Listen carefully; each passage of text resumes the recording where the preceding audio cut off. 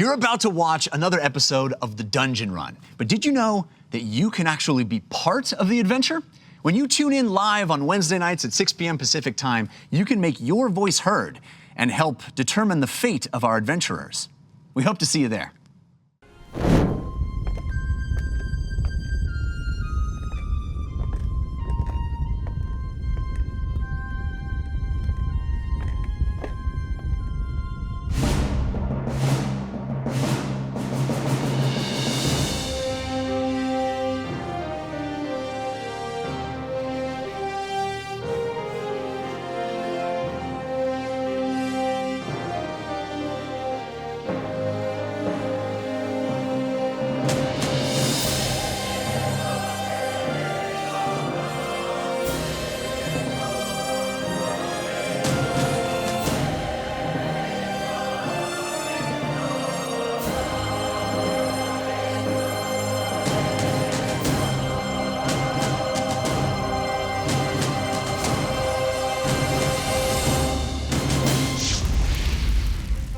Well, hello, and welcome to The Dungeon Run, a live tabletop role-playing game where your interactions help tell the tale.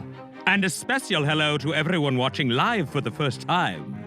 Hello, so glad you could join us. I am Lord Ereban, Keeper of Secrets, and your host for tonight's campaign. Together, we stand witness as our intrepid adventurers face terrible danger and most certain doom in their quest for glory, valor, and most importantly, treasure. Yes. Throughout our time together, you will be called upon to help guide decisions made within the game. In addition to our live chat interactions, those that are brave enough can purchase one of 7 unique props. If you love the show, you can show love. When you buy Show Love, Jeff will see it and may read your name out during the game, showing you some love. And of course, you could show love to any member of the team. Love Jeff's new character voice? Show love. Or when James does some fast math? Show love! You get the idea. It's those simple gestures that are so thoughtful and mean the most. You could bestow upon the adventuring party the gift of advantage, the ability to roll a pair of 20-sided dice at once and take the highest value. Or for those of you that feel the players have had it too easy, you can set the trap of disadvantage. If a player has advantage, this disadvantage will counter it. And if the player does not have an advantage, well, they will roll a pair of 20-sided dice and take the lowest value. After all, life is pain. Or perhaps you want to be the wind at our adventurers' backs and allow them to draw from the force of good deck. And to add an even greater challenge to the adventure, you can purchase a Force of Evil card. When you give props, please specify which player at the table it is for, or I will make the choice for you. Is that clear? But that is not all. Please remember, it's on you. You can purchase an IOU, and each time you do, it will light a Force of Good candle. And when the goal of 20 candles is reached, a Force of Good card will be awarded to a random member of the team. If at the end of tonight's adventure, there are candles still lit, they will carry over to the next show. La-di-da. Oh, yes, and please disregard Milo's bowl. As we know from historic shows, we should just leave it alone. Trust me, it's bad for the party. For Milo, for me, for you, do not touch it. It's no good. Yes, it exists, but should not be touched. Do you understand? Good. Also, you have the power to submit your idea for a Force of Good or a Force of Evil card, and we might use it on the show. You could submit DM cards for Jeff as well. Head over to the Dungeon Run. What on earth? Demon 47, are you out of your mind? You just killed Milo. Like that. He's dead.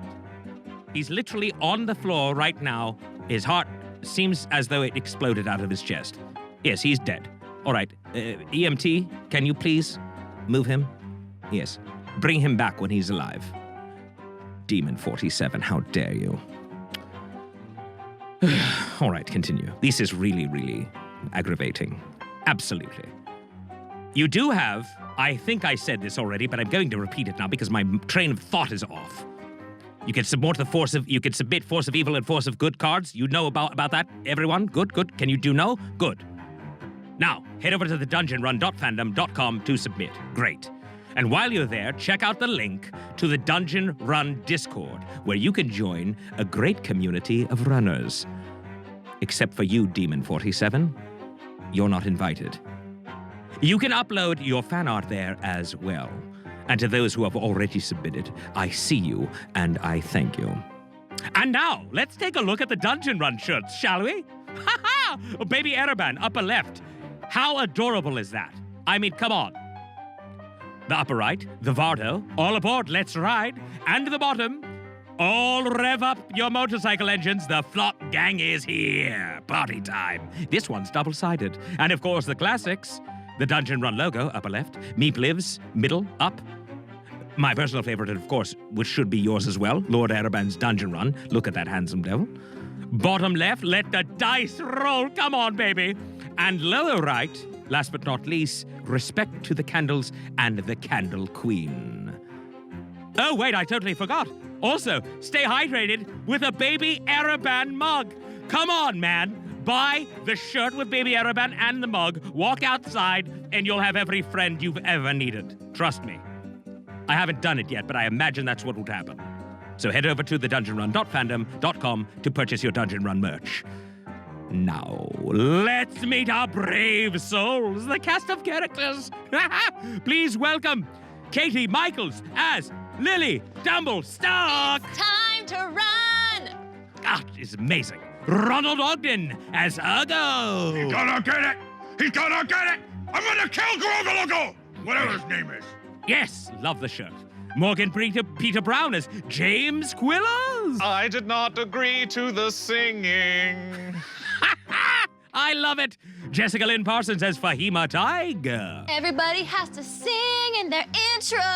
And Jared, I know you don't want to, but you better. Or something's gonna happen. I sit right next to you. Yes, baby. I love hair. You are incredible, everyone. Incredible. Ollie. Congratulations. And I'll try to add here. And Jared K. Jack as Sifretiso. Sorry. Did I just ruin the show? Yeah. Damn it. And of course, our dungeon master, the man, the myth, the legend, Mr.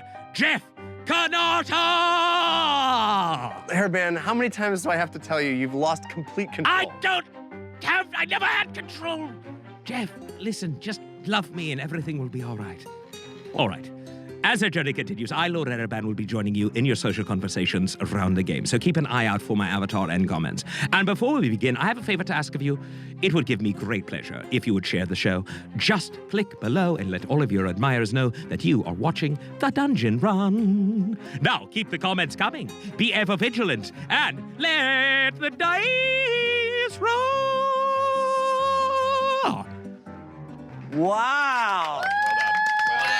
There is Well done, Ereban. Well quite the energy in the air tonight. I warned the chat room. My goodness. I do too. Welcome, watchers. Welcome, first-time watchers. I think we actually have somebody watching from Alaska tonight. For the first time, pretty amazing. I'm excited to catch you. Not like southern Alaska, like deep Alaska. Yeah, like real Like can Alaska. see Russia, Alaska. Let's catch Looks like John Carpenter's The Thing, Alaska. I'm sorry, continue. All right, let's catch everybody up and get into the game, shall we? Yeah. It started as a simple dungeon run. They couldn't possibly have known then that setting foot inside that dungeon for the first time for some quick loot would lead them where they are today. A dwarvish army behind them, an orcish army ahead of them, and a desperate mission before them. But the loot from that dungeon changed everything. The Secret Keeper's Amulet, a relic of staggering power, which allows you, the watchers of the time stream, to tear through the veil of realities and exert your will on this one. to create chaos in the form of forces of good and evil. It also sent these 5 adventurers on an epic quest to find and rescue the ancient protectors of the realms, the 5 wardens, each infused with the power of a different element, each standing over 100 feet tall. Somehow, they've been captured and held in the world's most dangerous locations. A spiraling tower floating in the sky, a suffocating trench in the deepest part of the ocean, and now, a volcano. And the only way into this volcano, the mountain known as Sky Scorcher Peak, is through the dwarven city of Daltothum, a stronghold built directly into the Nelrim mountain range, which also currently happens to be under attack by the accumulating armies of the Orcs. Orcs and dwarves have long been at odds over the resources found in the mountains that bisect their homelands, but hostilities have increased considerably in recent weeks, and now teeter on the brink of full-blown war. The Orcs have gotten their hands on new, more powerful artillery, massive cannons whose unprecedented destructive power threatens to bring down the dwarvish stronghold that has thrived inside the mountain for thousands of years. Our team saw one of these cannons weeks ago after rescuing their first warden from his prison in the sky. A battalion of Orcs seemed to be transporting it through the woods near where the warden crashed to the ground. Uggo challenged their leader, Grolago, to single combat for control of their squad, and was beating him decisively when the amulet exploded and electrical energy transported the team into the warden's memory. When they reemerged, the Orcs were gone. Now the team sees Grolago and his battalion again, as they have been tasked with stopping the cannon as a way to gain favor with Ruzer Forbrand, the king of Cragborn clan and the ruler of Daltothum. When the heroes arrived at the dwarven city with the help of 2 young dwarves that they saved from drowning in the rushing rapids of the Golden River, they knew only that they were to meet Dondo Carigana, a paladin who they were told could help them. But the mighty bronze gates of Daltothum were heavily guarded under the command of Nort Gaboon, a fearsome warrior adorned in the bones of fallen Orcish combatants. A clever ruse and extraordinary persuasion from Lily convinced Gaboon to bring them into the city and to the home of Dondo Carigana. When his door opened, they found a seasoned paladin of the Candle Queen, a devout follower of the truth. Carigana pressed his silver sword into the ground and asked the team to step into his zone of truth to answer his questions. But immediately, Civ resisted. Uggo found inspiration in the paladin's devotion to his oath, but the team struggled when asked if they trusted one another. Civ tried to avoid meeting the king, even asking James to lie to the team for him, and distrust threatened to derail their efforts. And perhaps it was the subtle influence of the Candle Queen. Perhaps it was their growing affection for one another. Or perhaps it was the extreme flavor of Dondo's mountain stew. Whatever the case, the truth did prevail, as Civ came clean about his identity and his past, galvanizing the team and their trust in one another. They shopped, prepared, and set out to satisfy the king's stipulation, to stop the attack of the Orcs. So, now they crouch, huddled on the battlefield, a small strike team on a purported suicide mission, staring into the camp of the Orcish battalion. And all they have is each other. But maybe, just maybe, that's all they need. That was nice. But it's not accurate, because It is not all you need. that's not all that they have. They also have you, the Watchers of the Time Stream, and your forces of good and evil, which I need to hand out now, because we've got a whole bunch of love coming from Red Robin, Gia Fang, Persephone. Persephone. Hey, I like Nope, it. Most nope. names are We're so going with awkward to have a Persephone. regular Persephone. Yeah. Zeus Almighty, Northern Baker. Northern Baker is our Alaskan friend, and more. Thank you for those balloons. We appreciate them. I want to give out some forces of good. We have 2 forces of good for Uggo. Oh, lovely. Thank you. Ooh. You have one from Joker 38 and one from Ammo Sean. Nice. Thank you, Ammo Sean. Welcome back. Joker 38 and Ammo Sean. One for Gene. All right, I've got You go, sir. going out in a blaze of glory. Your friends are being overwhelmed. They just can't take the attacks coming at them. Time to step up and intervene. You shout, "It's me you want," and all enemies within 100 feet must make a DC 18 wisdom save or attempt to attack only you for the next round. Oh, perfect for you to card get for that. me, yeah. Really? Carla, noble crab steed. As an action, you may summon Carla, Bingle's noble crab mascot, for 1 hour by using this card. In addition to her normal attributes, which is a giant crab in the PHP, you may also use Carla as a mount, increasing her speed to 60 feet while doing so. Wow. If any damage were to reduce Carla to 0 or fewer hit points, she instead is unsummoned and returns safely to Bingle. Okay. Oh, good. That's a great card. I love that card. Especially since I had the crabs on my face. That's right. James, you have a force of good from Ammo Sean. Oh, thank you. And you have a force of evil from Grim Faded? Thank you, That's Grim right. Faded. Okay, great. My force of good from Amoshan, Warden colors. Viewers submitted. Do you remember which primary color was not a Warden color? There was blue, there was red, there was... There's only 3 primary colors. Was it green? It's not a primary color. Not a primary color. Yellow and blue make green. Right. So Only 3 primary. yellow would be the one that... Yellow was the one. Okay, but do you remember the color you chose for your Warden? Mine was blue.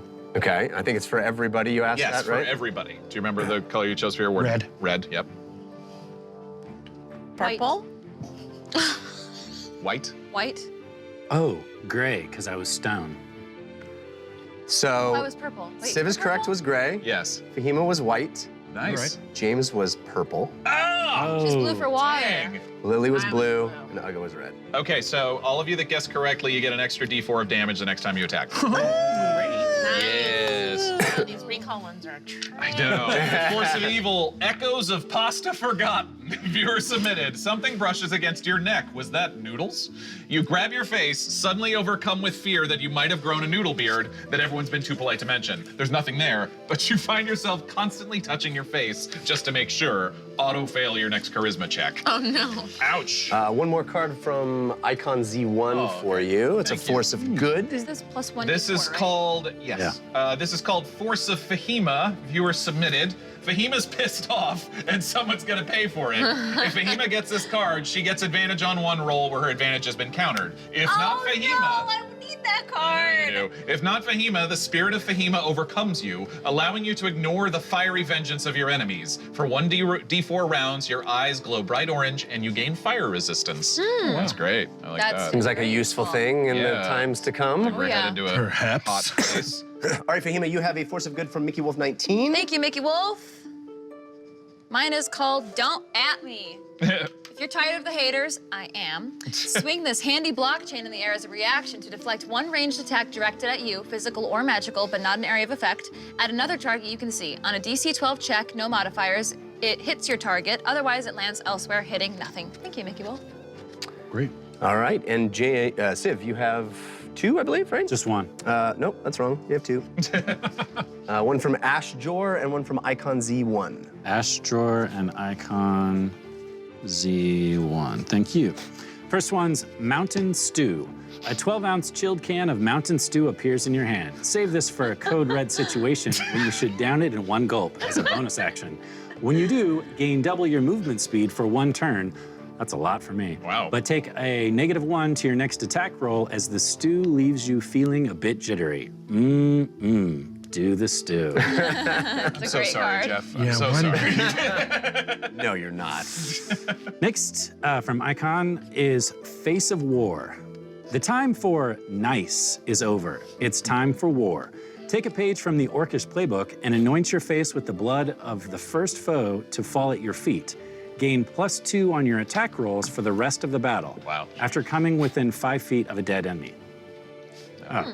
Gain +2 in your attack rolls for the rest of the battle after coming within 5 feet of a dead enemy? Yeah, so if you kill the enemy, or you can actually just walk up to it. Oh, any dead enemy. Yeah. and I Then can- you just put blood on the face. Yep. Nice. Get attacked. Got it. All right, so we have a roll for evil from Queso Gato. That's a 5. Oh, good. I got something. Hey, at least it wasn't. Thanks, Queso Gato. I guess. And I have a roll for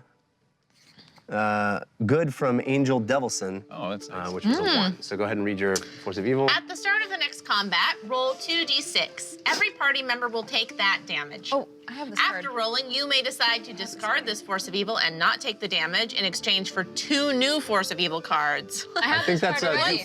a duplicate. It's a duplicate. Here, You we'll do swap it out. one, because I have the same one that will Somehow go that got out. printed twice. Somehow that got printed So that will twice. still happen, but due to Yeah. Oh, Okay, so Gato! Oh, it's like we're in a time warp. Where Again? am I? Yeah. Okay, as long as it's not me, the next time you're hit, you're desperate to not be hit. Enough so to take cover behind a friend, even though that means they take that shot hard. Ooh. Roll a d4 to choose a player to take 2 times the damage you could have taken. No savings throw or mitigation from them as they never saw it coming. Man. Oh. Sorry, whoever this is. Oh, All right. Blame Queso Gato. oh boy. Do you roll right now or whenever you get hit? Just wait. I think it's Yeah, Let's wait. like when I get hit. let's wait on this. So mine from, that's funny, it actually has angels in the name. From Angel Devilson as a do not read aloud card. Okay. Oh, I hate those I got a whole ones. bunch as well. what? A whole bunch. And Twinsen is destroying me. I got 4 Forces of Evil from Twinsen. And a my Force of Evil goodness. from Dyson Capes, and a Force of Good from Grim Faded. Oh my god! I hesitate to even start this action because it's going to be so much craziness I at the believe in beginning you. of our fight. Yeah, because I've got 2 that go off. Really Yeah, and these are the DM ones are just bonkers anyway. Just like the DM. Yeah. So I'm gonna step Been a good through thing. these as we get into fights Okay. because it's too much. Okay. So thank you though for the support. We appreciate Yes, it. you're Except welcome. for you, Twinsen, whom I will never No, forgive. no, we Okay. we appreciate you. All right, so we have set the scene. We are on the battlefield. There is our orcs and dwarves fighting within earshot. We can hear the clanking sounds of armor and swords clashing together. This is carrying through the mountains, through the trees, down behind us. We are in the midst of war, but we, a small strike team, this team here has snuck up to where the forward command of the Orcish army seems to have been set up. And what you can see from where you are is the back of the mountain and a camp that has been built into a nook, into an inlet in where the mountain naturally goes in, and there seems to be, it's shielded on 3 sides by the sheer rock of the mountain. And on the 4th side, there is a palisade built, spiked logs that have been carved into sharp spikes at the top, forming a very narrow entrance into what is clearly a defended camp. There are levels up behind it of plateaus that come right out of the mountain itself, and you can see orcish faces on top of them. You noticed Grolago. You recognize that orc from your experience with him weeks and weeks and weeks ago, walking through the palisade and entering. And something looked different about him, but you're far enough away and your glimpse was brief enough that you didn't quite process exactly what is different about him, but it certainly seemed to be the same orc that Uggo engaged low those many weeks ago. So it is rock on 3 sides and wooden spikes on the 4th side. Correct. Any sign of a cannon? Not at this location, but remember there were 2 locations that the just right. Dwarvish scouts had told you about. This is not the location. Looking that they- like more of like anything decommissioned, like they have it backup. Well, from where you're sitting, you can't quite even really see into the camp at this point. You definitely see the logs, the spiked palisade logs. How tall are those? Pretty tall. I mean, these are easily 20 feet? Yeah. And how wide across is the wooden wall? It is a fair amount. I mean, I could pull out the map if we want to. If we're doing this, are we doing this? I mean, are we scouting? Or are we doing it? I'm not rushing into No, fight. I'm not either. But I'm just I mean, for the full distance. I would say probably 30 feet. It's the full width of this inlet. So if you're looking at the mountain, and then the mountain kind of divots in, and that's where they've nestled themselves on a defensible position under the mountain. Other than Groligo, we can't see anyone else. You definitely see movement and orcish faces, especially above the tier of the palisade. As the mountain kind of goes up and has plateaus, you see what look like lookouts there. Is there a center of the? Are we able to tell like where the most amount of action in the camp is? Well, everything is beyond that level of palisade. Got it. It's inside the fort, essentially. Correct. They've built up. But there's no roof on it. There's no roof on it. No. Okay, good. How far away are we right now? I mean, wherever it is you guys yards? decided to stop. If there's cover of trees or something like that, I'd like to get us back. You guys are what you consider to be safely hidden. We did stealth rolls at the end of last episode. Right. Yeah. You are safely hidden at this point, but far enough away that you're not going to get a real good read on the activity inside that camp. And we have about an hour and a half to 2 hours before the sun sets, right? Because you said we were going to get there About around 4. 3. Yeah, 3, 4. Okay. Yeah. Okay. Well, I don't see a cannon. no, yeah. This was where we were told the leader was. So. Groligo, yes. Yeah. Listen, I mean, let's talk about this. I mean, here we are. We're being asked to assassinate the leader. Yeah. I don't know how I feel about that. We met Groligo briefly those weeks ago, but. He will eat you. Okay. Oh. Just saying. He wants to kill you. I thought the idea was that we were going to come here, we were going to hide, we were going to scout out the area and see what we were up against. Yes. And then if we didn't like those odds, then we were going to go find the cannon and sabotage it. That seems extremely well protected, as I sort of nod in that direction. Doesn't seem to be anybody here that I can see or smell. No, there's plenty of orcs. Yes, up on top of the wooden palisade. Yeah, you can see the faces, yes. Got confused. It's okay. I can, if we're within a mile, which it feels like we are, I will, if you'll give me 10 minutes, and I will start casting clairvoyance. Okay. So I can place an invisible sensor within range in a location, a location familiar to me or an obvious location that is unfamiliar to me. So basically, I want to put it about, like, on the other side of the palisade, like directly over like a big, like if I see a fire, if I see an open space, I want to put it there and I want to get a look. Well, you're not going to have a clear sense of, I mean, you're not going to have a clear sense of the topography inside the palisade, but you could easily judge, 50 feet in from the back. Yeah. You want to place it in the air? Is that what you're saying? Yes. Okay. I would like to almost look down or look around. Right. And clairvoyance gives you visual and audio? Yes, but I have to switch in between. I can't do both at the same time. Right. Yes. And it can be perceived by. If someone has see invisibility or true sight, they can see it, and it just looks like a fist-like size light. Great. Like glowing light. Okay. But besides that, it's invisible. Okay. And so. And I can't move it, so I can't like just swing it around and move it above. And so you're starting with vision. Yeah. You only have the materials for vision, is that right? I do only have the material. I didn't buy the scrying horn for hearing. Okay. Actually. Yes. That so is you true. pull out that glass eye that you purchased. Yes. At Oak Buckle's Oddities. Rusagran, Oak Buckle, and it still has some of her saliva on it from when it was in her mouth. And you grasp it and you sit down and you start casting. It's going to take 10 minutes, but you start conjuring this sense of a distant location. You hold that image in your mind of what it might look like there. You envision the palisade in front of you, and you, in your mind's eye, peek over the top and focus on one spot just past the gate in the air, and you start focusing and meditating on that for 10 minutes. Well, if we take out Groligo, what does that do for us? Well, the idea is that if we kill him and then return, we can present that to the dwarves, and that should be enough to at least slow them down. Right. Also put orcs in disarray. Chaos. They'll fight over who gets to be the new captain. But if we just dismantled the cannon, it has the same effect, correct? Yes, I would imagine so. Lily, do you think it'd be possible for you to charm Groligo and maybe get more information about the Ashen Age? If he is working with her? Maybe.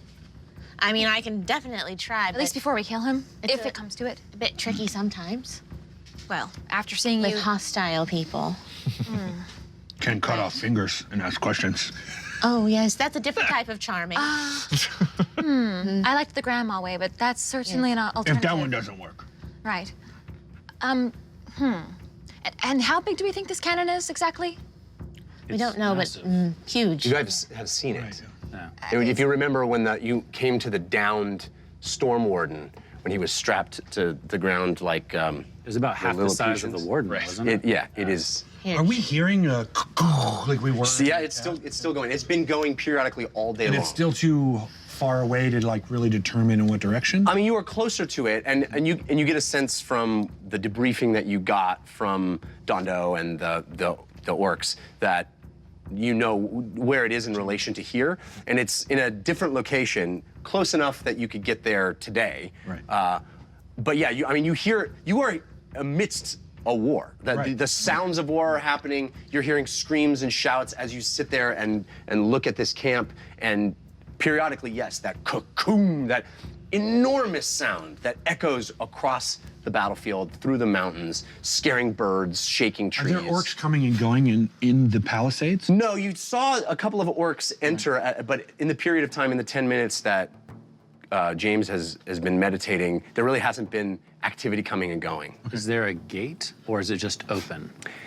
It's sort of a, I don't know what you call that, but when it overlaps and you have to wind your way into it, you know what I mean? A maze? It's like a fort. But it's made Yeah. of wood, right? Right. Made of logs that are Logs? connected with spikes. I'm pretty sure Fahima could handle it if we need to get in there. Yes. Well, I could also just climb up and around to get in. Do you think if we light that on fire and then go take care of the cannon, that will cause enough of a distraction? Yes, I mean, it would certainly give them something to do. My only worry is that if we start something with them here now, they could come after us, and then we'll be getting attacked from behind while we're dealing with the cannon. We also could kill Groligo. I got it right that time. And Good job. take his head to the cannon and tell them stop using cannon. That's true. I don't know what our odds are once we're within this encampment. You know, we don't know how many people are in there. No, just kill them all. Oh, okay. I guess I didn't consider that. It's war. I think we're just waiting to see how many are inside, and I think James will be the one, hopefully, that can tell us that. Yeah. Otherwise, we can go invisible or any number of things to get up a head count. As if on cue, James comes up out of his trance, and you have in your head a vision from above looking down on this camp. And what you see in your mind's eye, James, is a number of tents in sort of a semicircle around a campfire that is at present unlit. And there are, as I said, there's a ladder on the side, a plateau or two on each side that kind of cut into the side of the mountain, either naturally or you're not quite sure if it's been artificially cut into the side of the mountain. But on those plateaus, there are a couple of orcs that look to you like spellcasters. And the campsite itself is not teeming with orcs, but there are a fair number of them, easily half a dozen. All right, I'm probably like, I feel like my eyes have probably gone like smoky and dark. Yeah. And why don't you actually roll a perception roll for me? okay, great. You do have advantage from TK421, Thank you. but it was countered by Grim Fated. well. Shocking. I think. Yes, it was Grim Fated. Hang on. I think I have something. Oh, nope, never mind. Lily, roll a perception check as well. Me? Yeah. Perception. 19. What's that for me next? Okay. Shoot. What is this about? I think some fruitcake's happening. Oh, the fruitcake is happening. I rolled a nat 20. Oh, no fruitcake for you. I'm like, I don't want that. And this is also on top of it, terrible time. Hina, you know that fruitcake has pineapple in it. This should kill me. Oh. Amazing. No. Amazing. I'm sorry, I didn't think about it. All right, I'm ashamed. I'll put it back. You honestly look more bummed than ashamed. It's quite healthy. Yeah. Anyway, James. So with your, you said 19? Yes. Your 19 perception, you also pick out, as the orcs are, they seem to be talking in, well, you don't know, you don't hear any audio, but they seem to be gesticulating and talking to one another, pointing, and I'm kind of calling things out to them. I see two orcish mages, spellcasters maybe. The orc that you can immediately recognize as being Grologo has on his body, with your 18 roll, it is very clear to you, something has been done to his body. Right. There is black metal, like plate mail, Shut up. that has been grafted onto his skin. It looks like it has been seared directly onto the surface of his flesh. Sections of it, like plate mail, all the way up his arms and legs, even into his neck, sections on his neck, coming around up to his face. He wears a helmet over the top of it, but you can even see from your elevated position the back of his neck, like thin plates of black steel that allow him movement, but are it looks like it was an extraordinarily painful process by which it was grafted onto his actual skin. It almost looks like he's... This looks kind of oddly familiar. Yeah. Do I see any gnomish gentlemen around? No, all that you have spotted are orcs, and orcs of various shapes and sizes, orcs with weapons, orcs that seem to be wearing robes, and that you would clock as being magic users, but no other races. And what's a total head count that I'm getting about? About a half a dozen. All right, not that many, but Grolago has had some work done, so to speak. Work? He looks like a much improved version of himself, like someone has been doing some mechanical experimentation on him, which is making me think of a certain small gnome with a certain penchant for that. I owe him one. You do, you said that. Yeah, well, I owe the gnome. He almost kill you. I know. I don't know. I mean, I could be wrong. I might be making a rash assumption. I don't know. What that means is, and I hate to say this, but I don't think assassination is going to work because he's going to sleep like that. How many orcs? Half a dozen. Some spellcasters, some fighters. We will have to kill all of them. So we won't be able to go in and just slit his throat. No. Not too many, though. Right, but there's two. You said they were sorcerers or wizards? Am I able to tell, like, I mean, what's Yeah, I mean, it looks like a couple of spellcasters that are perched on the lookout points, and 4-ish orcs milling around with weapons, tending to things, deferring to Grolago. Am I able to tell what type of magic those? Do I see Do they them have books using or it? something? You rolled an 18. I'll give you this. The thing that you, James Quillis, who has grown up around the study of magic, notice almost immediately is they don't seem completely in control of the magics that they wield. They seem a little wild. So, Fascinating. Wild magic. We have spellcasters. Potted plants in our We future. have them. We do. Or flumps. It's true. We do. I think the only way we would be able to do this.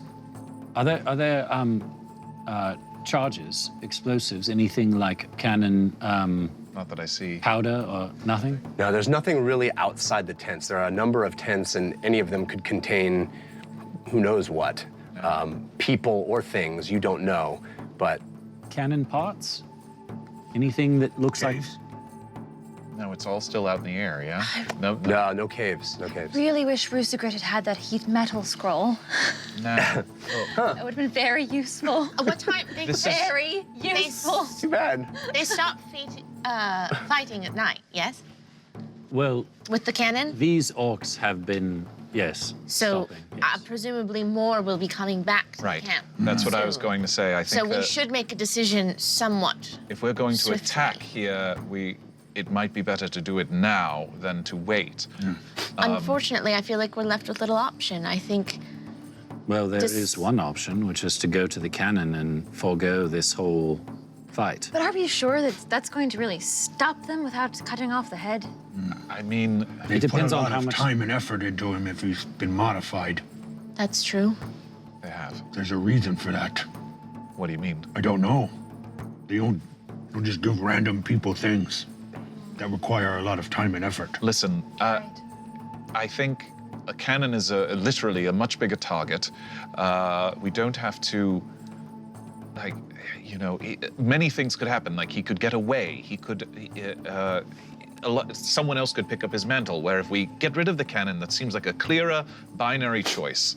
All right. I know. could Maybe rebuild cannon. I'm trying to avoid the unavoidable, but They're going to rebuild cannon. Well, we'll have to make sure that the cannon is not rebuildable. If only there was some way of bringing the cannon to the orc camp, They- turning it against them, like we said earlier. If they have gnome, they will rebuild cannon. Can we tell by the sounds how far away the cannon is? So we It's can certainly at much least closer gauge- than it has been. You Right. moved in the general direction of where it has been.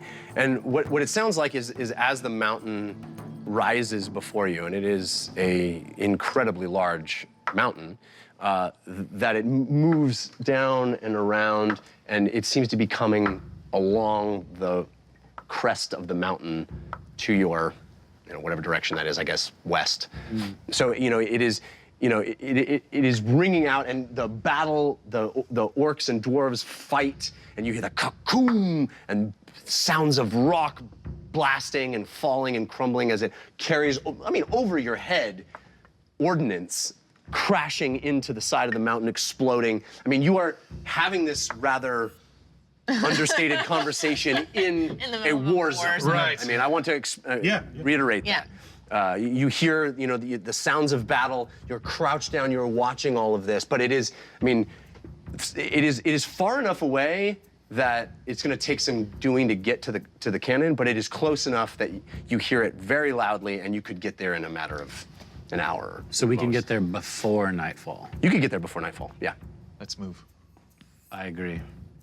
So we're going for the cannon first?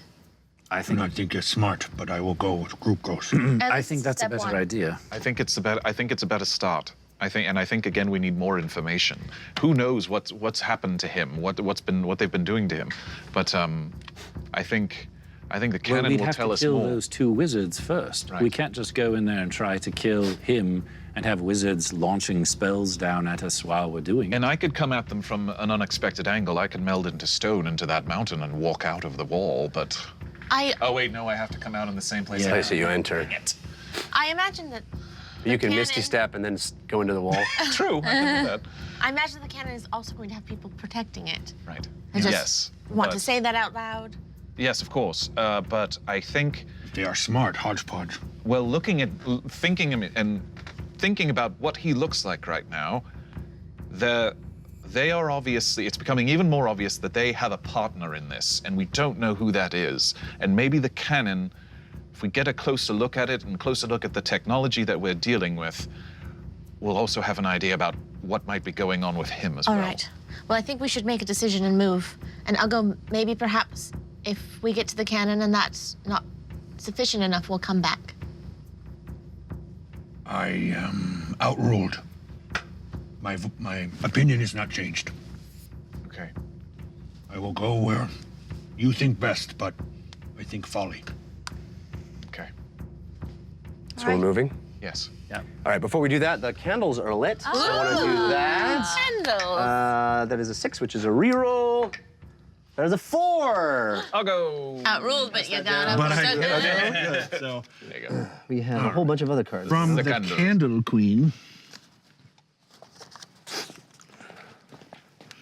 You feel me now? Feel my pain. You may take as much self-inflicted damage as you choose Oh, no. of any type of damage. Oh no. You can do up to your maximum hit points. Any one enemy within 60 feet takes the same amount. No saves or mitigation from any source for either you or the enemy. There's only damage you could make. Right. Yep. Up to your hit points? Up to your max. Up to my maximum hit points. Oh man. Stop using cards like this. I didn't want him to get that. This one says specific. It didn't say this before. This one says specifically no saves or No. mitigation from any No source of either Hamlets. you or the enemy. No Hamlets. Which makes it a little bit. Right. Here's James, please. Lily, you have several to read, right? 4 of Yeah, them? yes. One from Ooh. Bags of Flutes. One from Lily Dumblestuck Fan. One from Brr Ice. And one from Youngblood. Okay. Is it for you? All right. Bags of Flutes, the spinning card of death. You hold in your hand the spinning card of death. It might seem like a normal force of good card, but to game scale, it's 20 by 30 feet. It's a 20 by 30 feet spinning murder blade. As an action during an encounter, stand anywhere around the table, but don't lean in. Throw this card at the minis. All minis you hit take 3d10 slash or half a DC 15 dex save. Including us. Nice. Yes. Oh no. Yikes. Now, if only it was Scary. made of like plastic or Make sh- something. Make sure they're Spin grouped that thing somewhere off else. I know. All right. This one is Politeness Counts from Lily Dumblestuck Fan. You're trying to up your game. Go for that polished look. Be very verbally polite as you attack your opponents this round, and add an extra d6 of psychic damage if you hit them. That was the one you were supposed to get. Right. There it is. She's already doing that. Sorry about that. Okay, it's all good. Yes, you took a mighty whack, but really it wasn't that bad. It's all good. Use this card as a reaction to take half damage from any one successful attack spell or physical. Nice. So, combo from Youngblood. I don't know what thing is it, but, Combo. Thank you. Play this card at the start of any player's turn.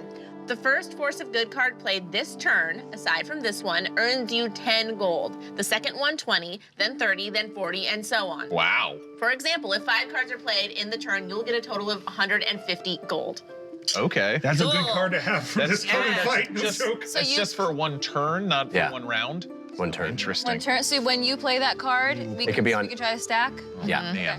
And Jeff, who are mine from? Pytyrus Stormblade and Youngblood. Thank you, Pytyrus and Youngblood. Okay.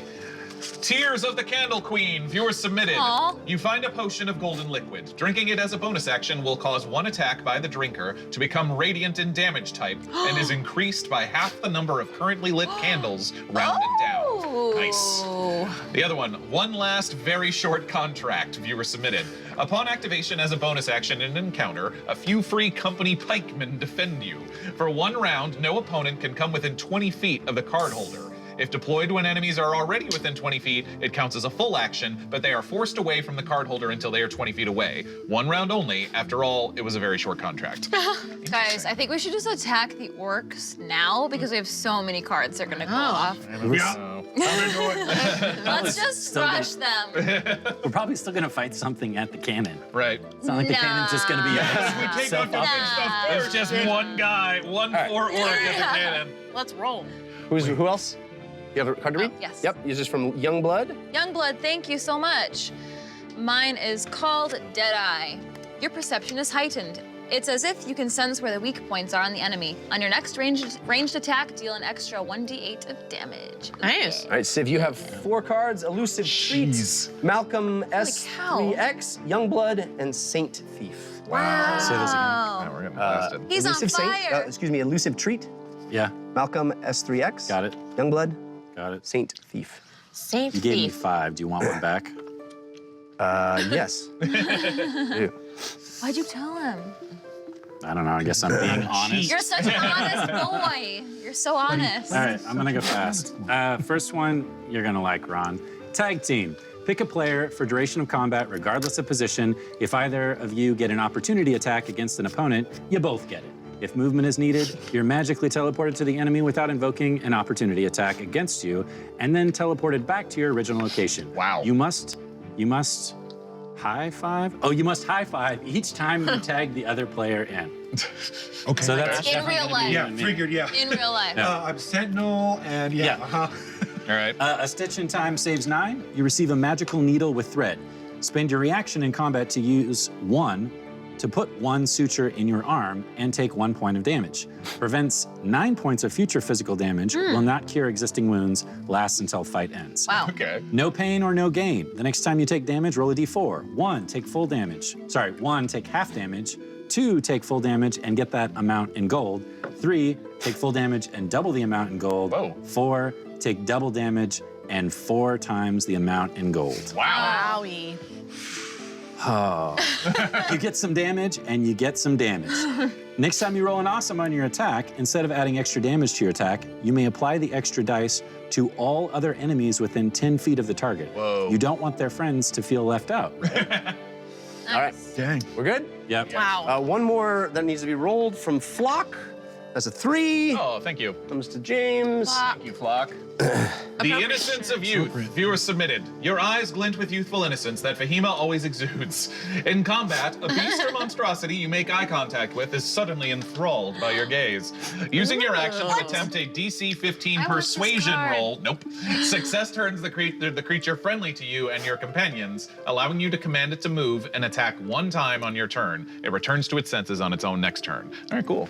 All right, so you guys are moving to this new location. I need everybody to roll stealth checks. Okay. Ooh. Civ, you have advantage from the Carson. Fahima, you have advantage from Scully as my homegirl, but it was countered by course it Queso was. Gato. Queso Gato. James, you have advantage from the Carson, but it was countered by Queso Gato.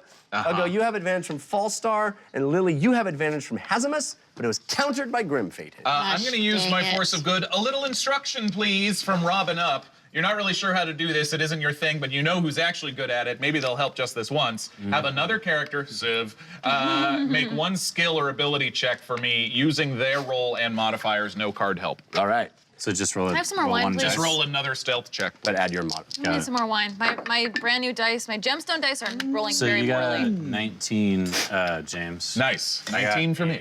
I got a nat 20 on my stuff. All right. Wow. You are a shadow. Also, I should mention, I think I have 17 cards for me. Whoa. Which is very generous and wonderful of you guys, but it will break our game. So I'm going to read them out periodically as we go. Right. But it's very, very generous of you. Amazing. That's amazing. Amazing. Okay, so your stealth roll. 8. Oh boy. 19. 16. 11. Okay. Okay. But I'm going to use just in case, which not going to change it, but you're infused with the strength of mythical cheese cat. The next time your advantage is countered by disadvantage, which it was, gain 5 temporary hit points. So. Okay. Note that down. You're not doing anything to your 8? I don't have anything to do. I find that hard to believe, but okay. My skills category in my little organizer is empty. Oh my goodness. I what have do an we do? evil. I have an evil that'll negate something. All right, so you guys are moving through the We're just woods, having a real good chat. such as they are. It is not a heavily wooded area, but there are trees here and there, bushes. You will find Civ. You are out ahead and just moving completely silently, but you keep hearing crackling and crunching behind you from the general vicinity of Fahima and Lily. Can I put more distance between us then? Yes. Okay. Okay. So you are quite a ways out ahead, and you will come moving toward that loud cocoon sound, this enormous blast coming from what can only be this giant cannon. And you guys make your way loudly. Thankfully, you were far enough away from that camp that you didn't cause. Oh, he's being nice to us. didn't cause any notice, or at least you didn't notice any notice. And you finally arrive far enough away now, but again, the mountain is bending and has an uneven surface, and you find another sort of divot area where this massive cannon is placed. What you've come to is sort of a makeshift road with trees and brush and a few different levels here and there, not high jagged levels like you saw at the camp, but there's topography. There's, this is not a well-worn area. This is not an area that has been carved as a road by the dwarves, but it is being used clearly as one by the orcs. And you see footprints everywhere, Civ, from what looks like large troop movements in through here. You see deep gouges where large wheels have been moved, and there out in front is that cannon. It is gigantic, it is metal, it is dark metal. You remember it, it looks like the cannon that you saw, lo those many weeks ago, when you were approaching those orcs in the forest near the downed Storm Warden. And it is being loaded and guarded by two enormous creatures that look to you like ogres. Large creatures, armed. They're picking up huge artillery, placing it into the cannon every couple of minutes. Cocoon! Launching it off. And there are various orcs milling around there as well, all armored, all ready for battle. This is another area where you are staying very far away, and the rest of the team, as you've scoped this out, slowly makes their way to you. Fahima kind of making a little more noise than you're comfortable with, but you guys are far enough away still, trying to stay low, stay to the tree line, stay to the brush. It's difficult to get a very good view at this distance of what's going on, but the size and scale of what you're looking at is unmistakable. You're looking at a massive cannon and two very, very large ogres guarding it with various orc soldiers around. 3 questions. Yep. Does the cannon look different from the first time we saw it? Does it look like it's been modified? Or does it look pretty much the same? Pretty much the same. Okay. Second question, are there a large amount of ordnances laying around? In other words, do I see them putting powder or whatever they're using to fuel the cannon in before the ogres lift the, what is it, like a giant ball or something? Yeah, it looks like stone rock that maybe even has been knocked off of things nearby.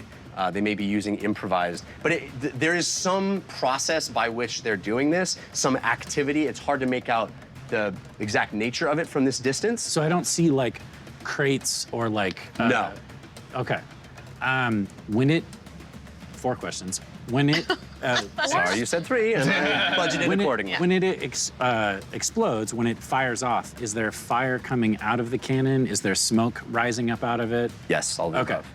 Are there other structures around the cannon besides a few orcs and the 2 ogres? No. It is set sort of beside the mountain, but it seems to be aimed and pointed directly to where it can launch toward the gates of Dalton. Is there someone who looks like they're giving orders? Let's roll a perception check. You have advantage from Board Game Corner. Board Game Corner. I like to roll for that as well. Do that. Okay. Yeah, I'll let you go. So Civ, you have advantage from TK421. Lily, you have advantage from Fallstar that is countered by Grim Fated. Cool. I got a 23. Nice. Dang. Even with it countered. Dang. I got a 21.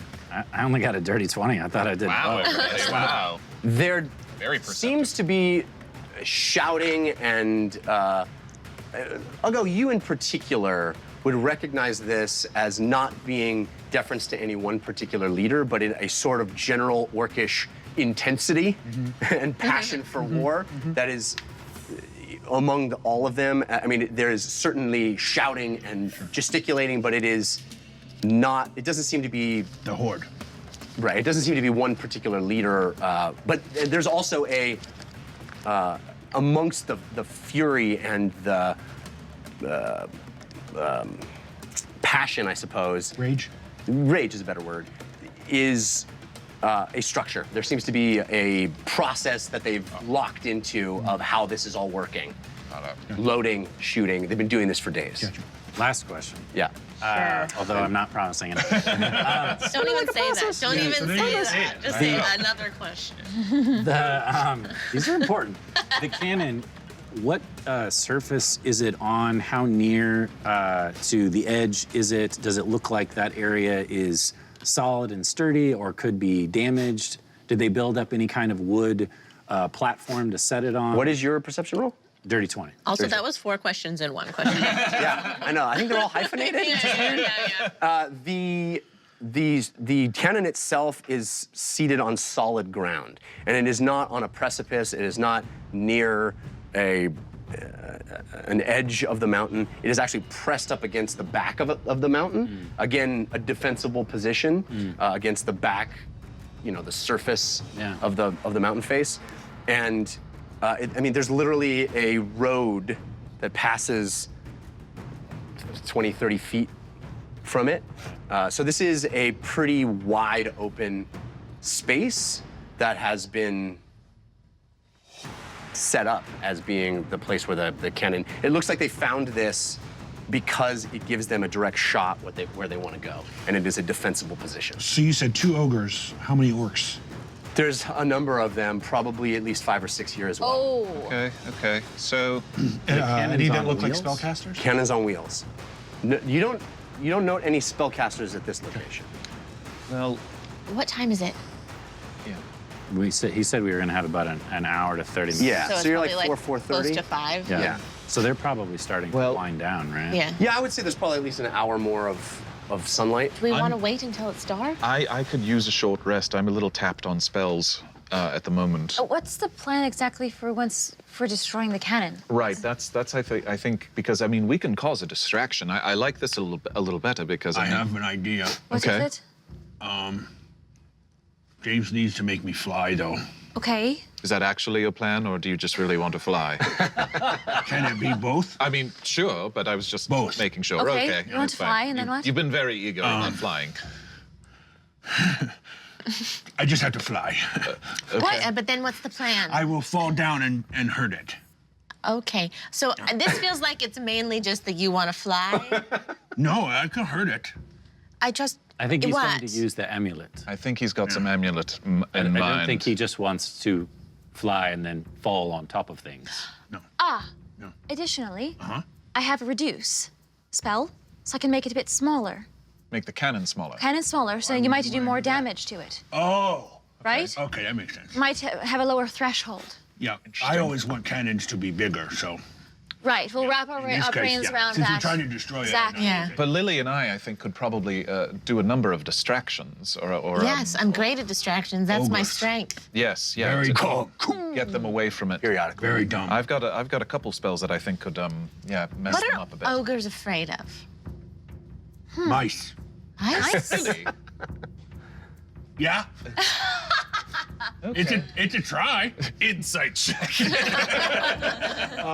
No idea. Dying? Well, perhaps we should wait till the sun sets and see if they all go home, and then plan our attack based on that.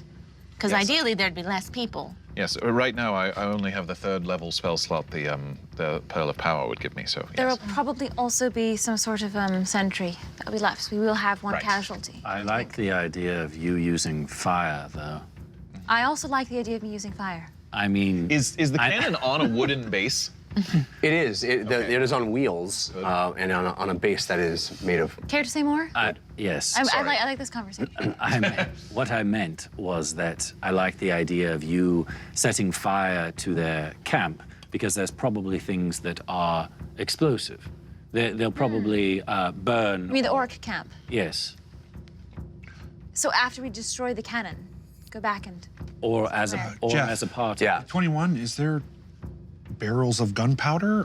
Does there appear to be gunpowder anywhere? Is there There ammo? seems to be materials near the cannon, but you don't know specifically what it is. Did you ask if there was ammo? Sorry.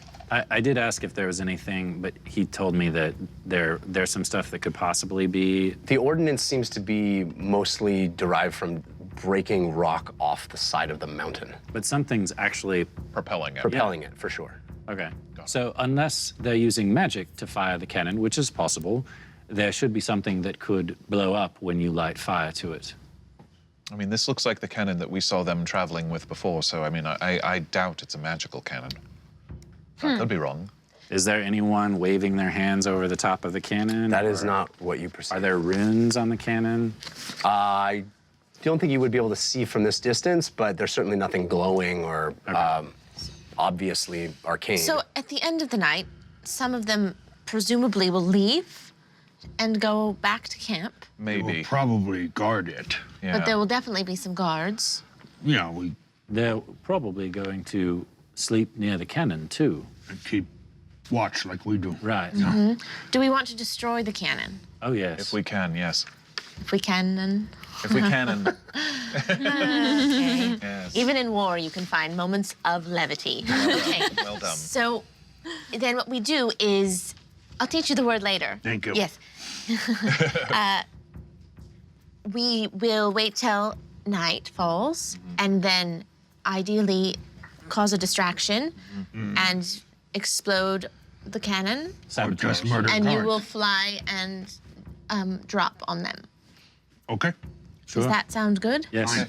I just feel like sometimes we're not all on the same page with what our plan is, so No, it's good that's- to just lay it out ahead of time. Well said. Thank you. Yes. If you wanted, I could also conjure my elemental friends to be the distraction if you didn't want to put yourself into mortal peril. Good idea. Could you conjure them and I could take them up in sky and throw them down from above? Well, they can fly, some of them. So, I think They are possibly. on fire. It might hurt you. I mean, I'm not going to hold on to them for too long. Well, if we're going to do any sort of fire attack, that should probably happen before you fling yourself into the middle of their camp. That makes sense.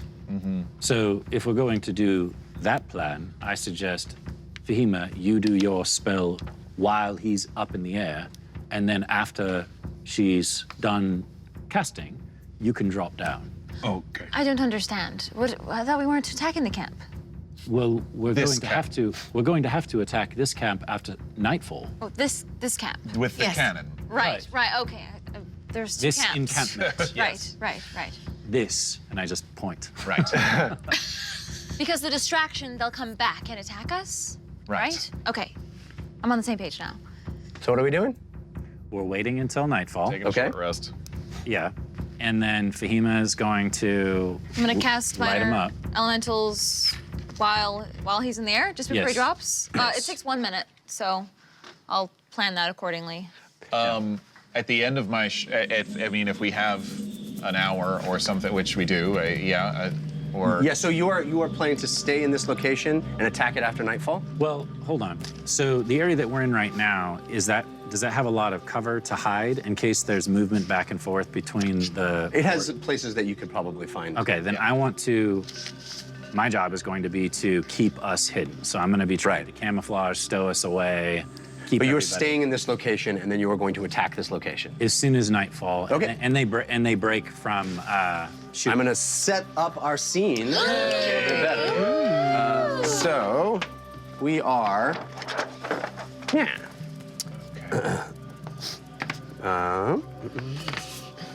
lovely. You can put that one over Yeah. in that corner for me. And we have... That's not a cliff. That's a mountain face. I mean, it's a cliff, the bottom of a cliff. That's a sheer mountain face. That's the mountain. Yes. Wow. This is where the That's camp... the drop.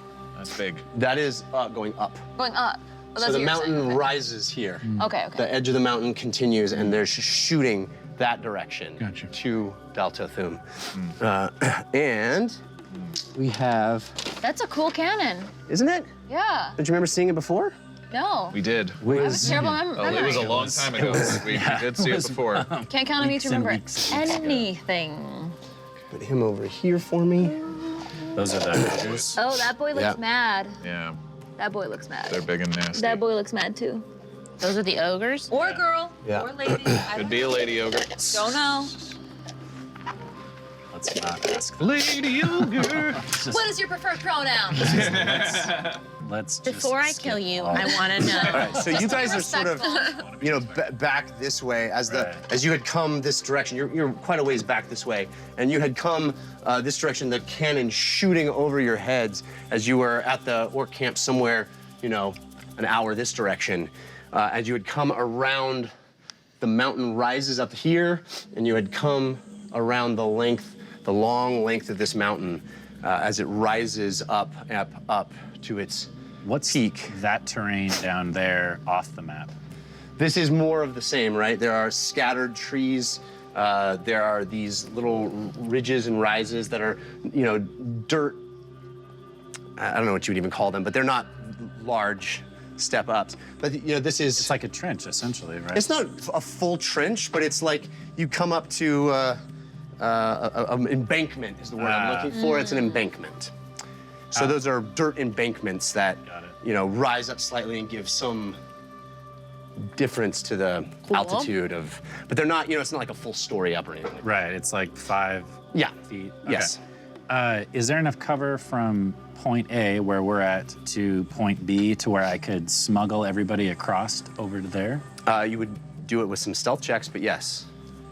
Do you all want to stay here and attack from this position, or do you mind if we go over and flank them against the wall? I'll do whatever you tell me to do. Yeah, I trust you. Are you all right with that? I'll go. Yes. I want to get us closer. Yes. Great idea. Okay. The sixth guy. Hold on, sixth. Dondo Carigna's not here. You told us Dondo. He didn't Come on, come. action economy, let's go. Yeah. Although he's peaceful, so I don't know how much. You could heal us, I guess. Yeah. So I'm gonna, you know what? I'll wait until dusk. So right as the sun's setting. Yeah. Is the sun setting on this side or on that side? West To west. Why are So you it's making me do that? Yeah, no kidding. So, yeah. So What's the speed of an unladen swallow? No, that's perfect. So as the sun is setting over here, I'll use dusk to smuggle us across over to that foliage. Okay. So anyone let's else? roll some stealth, everybody. This one, I'm not going to be so nice if we're. I'm scared. I am going to use the force of good card. This one matters. Quiet, please, from Robin up. Before you tell me whether I have advantage or disadvantage, I'm using this card. I focus with a laser intensity. I roll in the box with advantage. All other distractions fade away, and all disadvantages from any source or condition fade away and are disregarded. I Wow. wish I had that card. And Yikes. Since I have some time, Jeff, is Does it anyone have possible for me to scout the area out and give everyone advantage? Since I have a full hour to sneak them over there? yeah, depends on your survival check. Let's do a survival check. You have advantage from TK421, but it was countered by Grim Faded. No, that's not gonna do it. 9. Yeah. So as much as you try to scout out the terrain to do that very thing, Sure. the imminent danger and threat of these are moving patrols, right? These are orcs tasked with protecting this. Right. As far this direction, a massive war battle is happening. Right. Between two very large armies. So these orcs are tasked with protecting this. Usually there might be large numbers of troops in this very area, but the battle, the theater of war, as Ruzer Forbrand told you, its explicit design was to try to pull Draw troops away forces from away. this. Yeah. Yeah. Okay. All right. Then we're just doing I haven't stealth. rolled yet. All right. Roll in the box. Roll in the box. Ooh. Oh, wow. With advantage. Oh, that's out of the box. That's out of the box. Really? You have a whole box of roll And that was a nat 20. That landed on a 20. Oh! Uh-oh. That's a 6. 6 with advantage. Yikes, yikes, now I don't feel so bad. Looks like we're not waiting Do I have until advantage they or go. not? You Yeah. said you were going to be nice, right? You guys, We don't even need to roll. roll initiative. Yeah. No, I can't do my conjure minor elementals. Wait, How long does it take to cast? 1 minute. minute. Oh, Yeah. can okay, you say nothing. When your party member fails their stealth check, you have an opportunity to roll a DC 15 intimidation check instead so the NPC sees nothing. All right. Okay, do it. Roll in the box.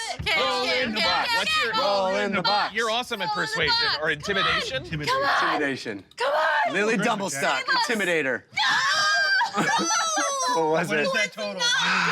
Don't roll in the box anymore. She had tonight, guys. For that card, it was just straight up. Don't roll in the box anymore. Yikes. 9. Yeah, that doesn't beat DC 15. It was a nice try, though. That's exactly what that card was for. Thanks, It's a Twinsen. 9, yeah, I don't All have right. enough to Okay. So we're gonna be. Wait, what about this Volunteer. probably useless card? It does nothing right now. What? Does nothing. It's probably useless. Jeff, I'm begging. So, Okay. Civ, as you try to bring everyone through the woods, 26, by the way. you Yeah. very close. I just want you to know Yeah. Very quiet. Great. Freaking It's awesome. mages. No one knew you were there until your buddy, old right. librarian over here, get ready. decided to practice his dance moves on the way. Sorry. James, wrong time. He falls, leans, hits some rocks and trees and movement. There's a bird that takes off. I stubbed my toe. We are in initiative. So. Let's all roll our initiative. Civ, you have advantage from TK421, but it's countered by Grim Fated. Awesome. Fahima, you have advantage from Half-Blood Phoenix Fire, but it was countered by Kaibuk. Oh, Kaiba. James, you have advantage from Scully is my homegirl, but it was countered by Queso Gato. Thank you, Ugo, you Scully have and advantage Queso. from Celtic Mutt, or Celtic Mutt, I guess it's Celtic, right? Celtic. Mutt. And Lily, you have advantage from the Brush of Tie that was countered by Grim Just, Fated. go ahead. Go ahead. I should have done this before, but now I'll do it now. Minor illusion of disadvantage. This card triggers the next time you make a skill check or attack roll advantage. I was supposed to do it during our stealth the previous time, so I'll just do it for the initiative now. Okay. You imagine multiple ways to fail what you're doing. You become momentarily frightened. Instead of rolling a d20, roll 4 d10s and add the 2 lowest values as your roll. You do not remain frightened after the roll. So. Everyone has to take some damage at the top of this, so whenever that. Well, I was just gonna say, just for the record, I wanted to wait for the short rest before I sneak them over there, because I would have done that. We did. before. Yeah, we did a short rest. Okay, thank God. Okay. Do we have our advantage or our initiative rolls? Yeah. Okay, Civ, what was yours? Well, hold on. So I had, remember that nat 20 I got? I had a card that was supposed to turn that into a 15. All right. It was on a stealth check, but I just got another nat 20. So do you want me to use that? That's up to you. I'm gonna leave it up to you. Okay. So I'm just gonna, I mean, it's bad, so. It's bad. Bad is bad. That's the important part. So that 15 plus my 8 is a 23 for initiative. All right, Fahima, 12. James, And Lily, 14. I'll go. 10. All right, and we got. my dex is a little And better. everybody- Your dex is +2 or? Yeah, but I'm alert. We take Oh, damage. you're Technically alert. Yeah, everybody can thank Queso Gato for 8 damage. 8 damage. Yep, start of the next combat. What And keep everybody. Just says You have to damage. pay 8 damage in gold right now. Okay. Okay. Everybody has to pay You that? lose 8 gold. If we run out of gold, I don't have any gold. I don't is have it? any gold, so I lose 9 Oh, okay. points of damage. Jeez. Do you want I me to can pay give for you it? some. I'll take the 9. Okay. Okay. Okay. Okay, gosh. All right, here we go. Okay. I have advantage on my initiative roll from from Grim Fated, but it was countered by Changebox. Aha. So that is going to be. Okay. All right, so we've got We got this. My hand's already sweaty. 1, 2. Oops, nope, sorry. 1. So So we just take a blanket 8 damage from that card? Yes. Wow. no methods. I'm assuming Ugo has the higher dex between James and Ugo. I'm technically faster because of the Yep. barbarian, so yeah. Not 80. How much? It was 8 damage? 8 damage. So I had 5. Queso Gato. get 16 gold out of that. Oh, hey, that's pretty good. Interesting. Lay yourself a nice Okay, Civ, cream you're cone. up first. Yeah. Have they? Do we get the sense that they've seen us? They have definitely seen you. There is a, as you make a lot of noise, the orcs on patrol turn, and everyone is on high alert. We've got. Did they technically get a surprise round? Or is it Well, we equal? failed a stealth check. They're not going to get a surprise round on you, but a fight broke out. You made noise. You were aware. You made I noise. just have a thing that activates if it's a surprise round. Gotcha. Sure. Okay. All right. Well, this guy is in short far? bow range, I believe. How far away are they? They're quite a ways. 60-ish He's feet. just within my short bow range for not taking a negative. This guy? No, this guy. Okay. Does he have cover? Well, yeah. For this tree is going to be a problem for you, and you're lower than he is. I can move. You can move. Then move. Okay. Are you gonna have to get up here, or else he'll be in half cover? So this is higher? Yeah. This is higher. This goes up. This goes up. This goes up. Oh, I see. I see. See, it's this goes down. Right. Yeah. This goes down. I thought this was the trench. No. This is a road, I such see. as it is. It's very it's not a full road. It's sort of like where troops and transport have carved out. You can imagine orc armies. I mean, there is an army here, and a number of them, just not at this location, but there were teams with shovels and axes clearing out stuff, making room for this enormous cannon to get through here, making room for troops to march. I mean, they are setting up for a major attack of the Orcs. Okay. Not just a clever title. Titular line. Okay. So Your then thesis statement. I'm assuming I just need to get up to this level to be able to shoot him without. Yeah, and be able to have line of sight past this tree. Okay. So you want me to move you? Yeah, I mean anywhere in here, and I can do it. Hey, right. sorry. I mean, this would be difficult terrain, but you have no problem with your movement Yeah. to get there. this one doesn't necessarily say on my turn. It says the next time you start combat. Yeah. So, does what? You may activate the card. Okay. An elephant falls from the sky and lands on one enemy of your choice. The target takes 2d4 bludgeoning damage, and if the target size is medium or smaller, they're also knocked prone. Only on the dungeon run. Yeah. It's called the elephant of surprise. Well, you managed to have the elephant of surprise. Yeah, that it from? just says started combat. Yep. So which one would you like to do that? Let's do the one that's closest to Civ. So that one over there. Who's that from? That one. This was from Youngblood, in fact. So roll your damage. Nice. 2d4. 4? Yeah, not bad. It's a smaller elephant, Yeah. and he's knocked prone. Oh, also, 2 episodes ago, there was this card. Jeff needs solidarity. Jeff is tired of being the only one left out, so for the next entire combat, all players must roll with their left hand. Right. Oh, DM yeah. catches you rolling with your right hand, you'll have to re-roll dice with disadvantage. So every roll. Good to know. Good to know. Okay. And- I remember this. And maybe Joke's some on you. sympathy for the. Oh, you get 2. Joke's on you. 2 fours? No, I got 1 4, but takes 5 damage. Okay. 5 damage and falls prone. And falls prone. I'm also going to activate tag team with Uggo, because that just goes off. High five. Oh, Oh, that was a high risk high five. Was it? Hold it off. 5. Got it. Got it. Hold it off. the Force of Evil card of cups gets spilled. And he hasn't moved yet, right? So Yeah, and also I should. Left hand. I have so many cards that are popping for me. It's a little bit much. So here's what also is going to happen. Oh, great. I'm going to do 2 things. This is a viewer-submitted DM Force of Evil from Twinsen. And there's a whole bunch more of them. This is what it sounds like when ducks cry. Enemy creatures controlled by the DM must make a DC 15 Wisdom save or else are polymorphed into a duck. Lasts 1 round or until it takes damage. If it's in duck form on its turn, Jeff must move the creature randomly while making panic duck noises. So I'm gonna make a bunch of wisdom saves right now. Excellent Force of Evil. Duck. Panic duck. About to find out if these are Oh, wise ogres. wait a minute. All these cards. Okay, go ahead. Do your thing. Oh! Okay, so one of them, both of the ogres saved, Oh, bummer. and all but one of these guys saved. So I'm not gonna do this guy. I should have done it, but I won't do it to this guy. I'll do it to this guy. Okay. It Is it turns duck? into a duck. You have a duck I don't mini? have a duck mini. Here, use a gummy bear. No. Is there anything they're Your not good for? favorite. There's a white gummy bear. Yeah, I'm gonna yell. Yellow duck.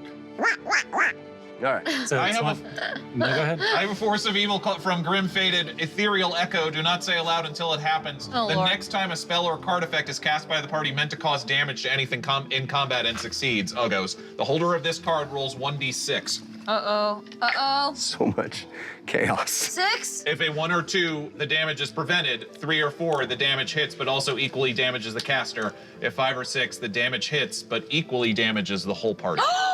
So we all take 5 more points of damage. No! Which means everybody lose 5 gold. I'll take an additional point of damage for the 5 gold. Oh my god, guys. All right, one more. I'm gonna do one more Lord. Force of Oh my Evil. God, guys. Because this one's kind of weird. This is called Nuxu Cow, White Warrior. This is a viewer-submitted DM Force of Evil. A pedestal with hand wraps, a bowl of resin, and a bowl of broken glass appear. Anyone who chooses can use 1 action to wrap their hands, dip them in resin, and coat them with glass. Oh, I know Like that movie. Kickboxer. Yeah. Upon doing so, it adds 2d6 piercing to any unarmed melee attack, and the effect lasts until an action is taken to remove the gloves, but the creature's hands are restricted and unusable while in the wraps. So, this is a DM Force of Evil, so I'm gonna say this appears near all of you. Should you choose, any one of you can become an unarmed combatant doing 2d6 piercing, but having no use of your hands whilst doing that. Okay. But it takes an action to apply it. So, question. Dual wield, attack, 2d6, 2d6, just no strength on the second one? Just no strength on the second one. Like a dual wield. Like a dual wielder? Dual wielder? Dual wielder? Dual wielder? Because it sounds cool, I'm gonna say yeah. Great. I'm dipping my hands in that. That's happening. Okay, so your hands are covered in resin and broken glass. Cool, great. And so you're unable to, James you're looks at unable it. to use your maul. No, unable to use- thanks. No. Okay, Does a 22 hit? it does. Yay.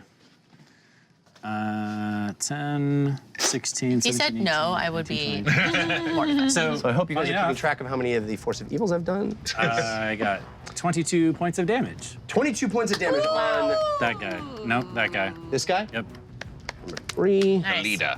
Nice. I'm also leader. Oh, nice. And 23 points of damage, you say? 22. 22. I rolled a 22 and I did 22. Okay. That's what we call synergy. And Syvergy. Synergy. Hey.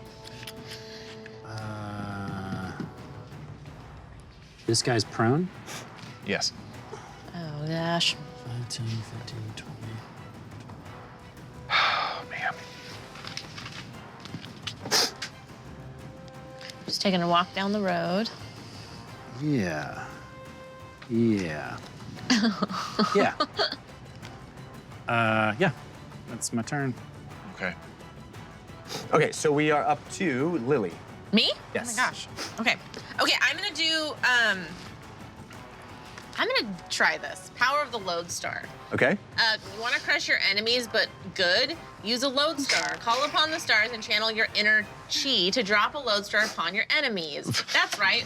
Roll well enough and you throw an entire tower from the sky at your enemy. Roll 4d20 in the box. If you roll doubles of any number, double the combined total for force damage. Triple for triples and 4 times if you roll the same. Okay. So, But how much does it? How Lily. much damage does it do? It doesn't say. yeah, it doesn't really Oh. say. So, Oh, can it go Yeah. for an area? Yeah. So I You're can gonna- go, like- You want to land it on the cannon? Yeah, and like hit the ogres if possible. Yeah, you'll hit The both Lodestar. ogres. The full Good, Lodestar. good, good, good. Can we get the Lodestar? Yeah, Can we get it? 40-20 Throw with- the load. Yeah. Are you just gonna roll that 4 times? Or you Yes. Roll... Okay. Yeah, I think Cool. Yeah, roll blue I thunder think 4 I times. think they can't Sure. see it. Get some Okay. doubles. I'll add it up. 17. Nice. Good. Hey, 20. Katie. Those were right-handed. So bad at rolling in the box every single time. So now we gotta roll. She's gotta roll the last 2 at disadvantage. Yeah. Yeah. So Okay, the last just- 2 you rolled again at disadvantage. Now. Dang it. Okay, so Do how those do I do count that? as So anything? 20. But So there'll be roll it half twice and take the whatever lower. So you're gonna roll it 4 more 4 times. 16. So it's 16 or 20 as of right now. 9. So 29, and keep rolling. Two more times. It's hard with my left hand. 8. Yeah. Welcome to my whole life. You're left-handed. Yeah, I know it's That's hard. not how it works. Whoa. It's getting real on the dungeon. 33. 33 points And of no damage. doubles. 33 points of damage. All right. Nicely That done. is- so what happens? Thanks, LD fan. I promise we're playing a real game here. Here's what happens. Immediately as the tree branch bird flies, there is a call of alarm that starts this fight. Everybody gets ready to fight, and immediately an elephant falls on one guy, another guy turns into a duck. When you say it like that, it sounds Civ crazy. pulls back his bow and lets loose an arrow into one of the orcs. And Lily steps forward, reaches up her small gnomish hand to the sky, and pulls down what is an enormous tower from the sky. It is not real, but it lands with the impact of something that is. Wow. Onto the top of the cannon, and both ogres, they react as if they've been hit by something massive, but again, it dissipates in the amulet's magic, but they have been You said 33 points of 33. damage. You've had an illusory lodestar the entire time. I guess I didn't know I could do that. Wow. What does illusory mean? An illusion. Right. So that completes your turn, right, Lily? Yeah. You're not moving? Flying now. I will move. Yes. I mean, you're gonna go first, but Well, maybe I'll move slightly, like, closer to where Civ is, trying to keep us somewhat together. How much do you want to go? Just like 20 feet. 5, 10, 15, 20 here? Yeah, right there. Okay. You're down below, and in fact, with your small stature, you're fully covered by the embankment. Okay. So we are up to Good. the ogre soldiers. This one is going to... The ogres or the orcs? Excuse me, orc soldiers. Ogre, this one is orc. going to stand up Schmoger. with half its movement, and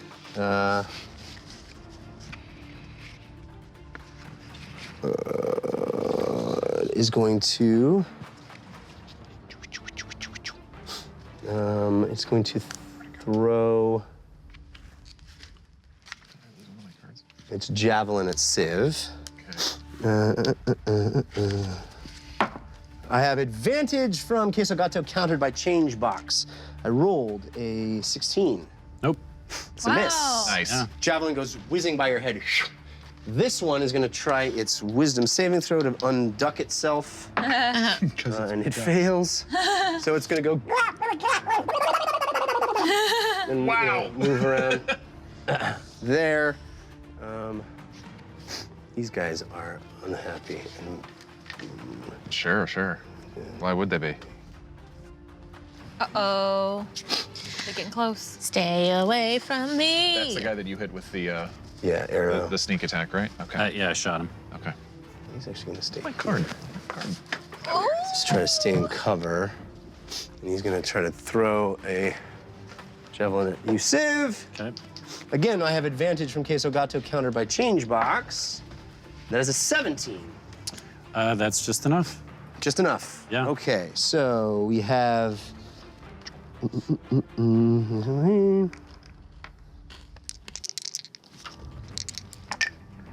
That is 13 points of damage. Okay. I'm gonna have that with my uncanny dodge. Okay, so the javelin again comes at you. It is black and metal, and it sticks, but you manage to skirt out of the way just at the last second, taking only a portion of the damage that would have shot through your shoulder. This one. Remember, you lose that much gold. Okay. That's the entire whole. fight? Whole battle. That's nuts. Move. Yikes. It wants to. No, it wants to. That does not Doesn't want to go. Seriously, keep taking damage. It's gonna dash to here and slide. It runs across and slides down the embankment behind the trees. Oh, fancy boy. In full cover behind the tree.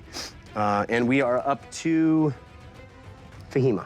Uggle, you'll be next. Great.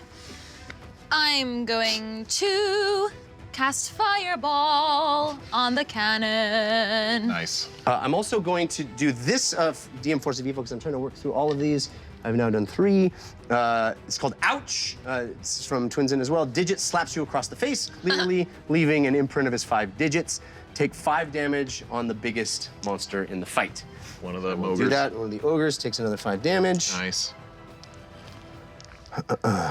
Left. Oh, Left. D6s? Make sure you roll your left. Left. Thank you. Yeah. How many more? 4 more? And It's gonna be a lot of people listening to the podcast that are ahead. just gonna hear left hand. left hand. Okay. Roll well for me, babies. Roll well. What are we casting? Fireball. Fireball. On the cannon. On the and- cannon so and- I can get both of those boys. All right. Yeah. Okay. Good. So 12, 14, 17, 23. 27, 32.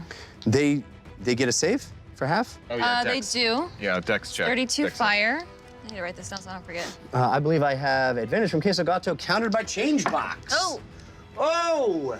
That's a 19. Oh, yeah, Oh, that's gosh. safe. So take half of the 32 fire, 16. plus 1d4 from James's force of Correct. good. Thank you. Thank you. God bless you. Candle Queen bless you. You said 16 points of damage? Well, plus this. Plus another 3. So 19 points of damage. Plus Youngblood's Deadeye card, which is on my next range attack, deal an extra 1d8 of damage. So 19 plus this. Nicely done, nicely Oh done. yeah, oh yeah. Another 7. Whoa. Yes. 26. Goodness. 6. All right. That you guys are blasting this orc. So, do you have your fireball? Oh, you just did a. Yeah. Yeah, just Not a a flaming It's a sphere. flaming just sphere. a fireball. I So wish. you throw an incredible ball of searing fire past the trees, up the embankment, right into the side of the cannon, and the orc ogre. I'm gonna do that all night, aren't I? The ogre hits with a massive amount of fire, singeing its hairs. You hear it scream and screech, and the cannon itself actually rocks, and you see a little bit of flame on the wood. Not enough to cause any major structural damage to its chassis, but it's certainly flammable. And it hit, but this guy too. Yeah. 20-foot radius. Yeah. Yeah. 20-foot radius if So you it'll center be- it Well, on the but- cannon. It has to go for line of sight from you, right? You don't just get to put it in a space, or do you do? Yeah, but the range is 150 feet. I already counted. No, I know, but it has to move through space, right? It doesn't just appear, or does it? Is it an explosion? Well, yeah, you're asking if she can arc fire it or not? Right. Are you able to? That's up to you. Yeah. Well, it's the range is But is it 150. an explosion that happens in a point of space? Pretty or is it- much. Yeah. Yeah. Yeah. Okay. For sure. So you're placing it. Right in down the dead center. on the cannon. Yeah. Okay, cool. Yeah. Civ, by the way, you guessed your warden number correctly. Yeah. Warden color correctly. You add a D4 to that short bow. I did. Oh, you did. Great. Yeah. Okay. Thank you. Yep. You guys have hurt these ogres already. Great. A tremendous amount. Great. Thank you, Watchers. I know. Me neither. Okay. Lost a lot of gold though. Yeah, Okay. for sure. All right. Now it's Ugo's turn. Yes, or is that? Ugo's turn, if Or you that's need to completes your move. Are you gonna move? Nope, not gonna move. Okay. I'll go rages. Okay. So I'll go rages. I also have That's My Secret. I'm always angry. Triggers the next time I'll go rages in combat. While I'll go rages, all players get +2 to their attack rolls, Wow. so long as Ugo continues to rage. Wow. Nice. However, once Ugo stops raging, he takes damage equal to the number of rolls this affected, and I'll keep track of that on this Jeez. card. Okay. So tonight is going to be HP mitigation This for is Ron. That's what this is. I'm basically Fun. dipping into my hit points. And then I'm also, so that's my bonus action. Yeah. As my action, I'm going to downgrade it to a bonus action and use Bardic Boombox. Which is, as a bonus action, a magical boombox appears in your hands, which I have these gloves on, so Yeah. I'm assuming it just falls to the ground, playing All the Bingle Ladies, All the the Bingle hit Ladies, song all the by Bingle Ladies. Beyonce Knowles. wow. Yeah, there you go. Anyone within 20 feet of the boombox, which should be, I think, us three, right? Yeah. Or is Lily within 20 feet? No. No. No. You guys get Bardic Inspiration. Nice. And ladies, A D8. put your hands up, because you can also add a d6 of damage to your attack. this round. Not me. Oh. Yeah. Oh. So- Bardic Inspiration is currently a D8 for you, right? It is. Okay. So we all get a d8 for attack rolls, and It then d6 is. damage you get an additional d6 damage from the Wow, attack. wow, wow. And I will move towards. Oh no! I will stay right there, Well- looking at James expectingly. Yeah, okay. Okay. That's my turn. Guys, I have Thank you. Welcome. Jeff, it's okay. It's gonna be okay. I have 22 forces of good. Oh my god! forces What? of good. For you? That's what it says. Just for you? Wait, what Yeah. do you mean? Right now, just all in one batch or total that you've had And there over seems a to be lifetime? 10 forces of evil, Oh my God. or 16 forces of evil. I don't even know how to read this. It's hard to be so popular. Seriously. 22 forces of good and 16 forces of evil for me. Oh, Right now. I'm confused. right. What Does is that happen going right on, now? guys? So basically, just do one each round. How is I'm that trying to do that. possible? That's why I'm about to read a couple. Do 22 Yeah. people even watch this? It's all Grim Fated and Twins in. They're having a war. Oh. And I'm the casualty. I appreciate it. It's an amazing show of support, but and Changebox is in there as well. Wow. Just pace it Whoa. out. I'm going to. That's why I'm telling you that now Yeah. because it is. We gotta break some kind of records with that. Like, that's Seriously. crazy. Yeah. Yeah. That's insane. Yeah. So Don't break Jeff. Okay? Zonal marketing. Jeff. I'm not going to be able to keep track of all this. Too late. No. Zonal marketing. Attack of opportunity radiuses are increased by 30 feet for all DM-controlled enemies in this combat. Whoa. Okay. Wait, what? And this is one is a DM user-submitted DM force of good. DM stalling tactics. Do not read aloud until complete. Okay. Oh, I'm scared. I don't like it. I don't like it either. I don't like all the rolls. It makes me very uncomfortable. Can you stop rolling, please? Stop, stop. This is this is a force of good, right? Okay, So we did 2. got it. Did that. So you did 2 forces of good. Yeah. Cool. Okay. And we're moving on. Okay. My turn. Unless turn. there's somebody else. Your No, turn. I- I'll go. You're done with your turn. Yes. Yes. Okay. Excellent. Oh, I wanted to move towards the orc. Oh, no, I didn't. No, you didn't. That's right. Right. I- Unfortunately, this is about to happen. Force of Evil, Curse of the Enderman from Grim Fated. Your movement speed becomes 0, and at the beginning of your next turn, randomly teleport 30 feet in a direction determined by a D4 roll. Oh. Wow. So let's see where I go. D4. That's weird. Yeah, 1 is up, 2 is down, 3 is left, 4 is right. That is 1. So I teleport 30 feet up. I'm gonna just tell you rolled with your right hand, but it doesn't really matter for this particular No, it roll. doesn't. You're right. It's just, I gotta keep better on you. I gotta get better at that. Guys, left hands. All right, you go how, 30 feet this direction. Wherever you say, yeah, I guess if that's up. I'm just gonna hold my eraser in my right hand so I know not to do I it. put mine in my shirt. Okay. Oh, Is it I don't 20 feet? have a shirt. 30. You can put it in your pocket. Okay. I'm gonna do this. Ooh. It's You not should an do attack of something to opportunity attack if I, opportunity, yeah. Right. Same. He's Okay, there. so that just happens.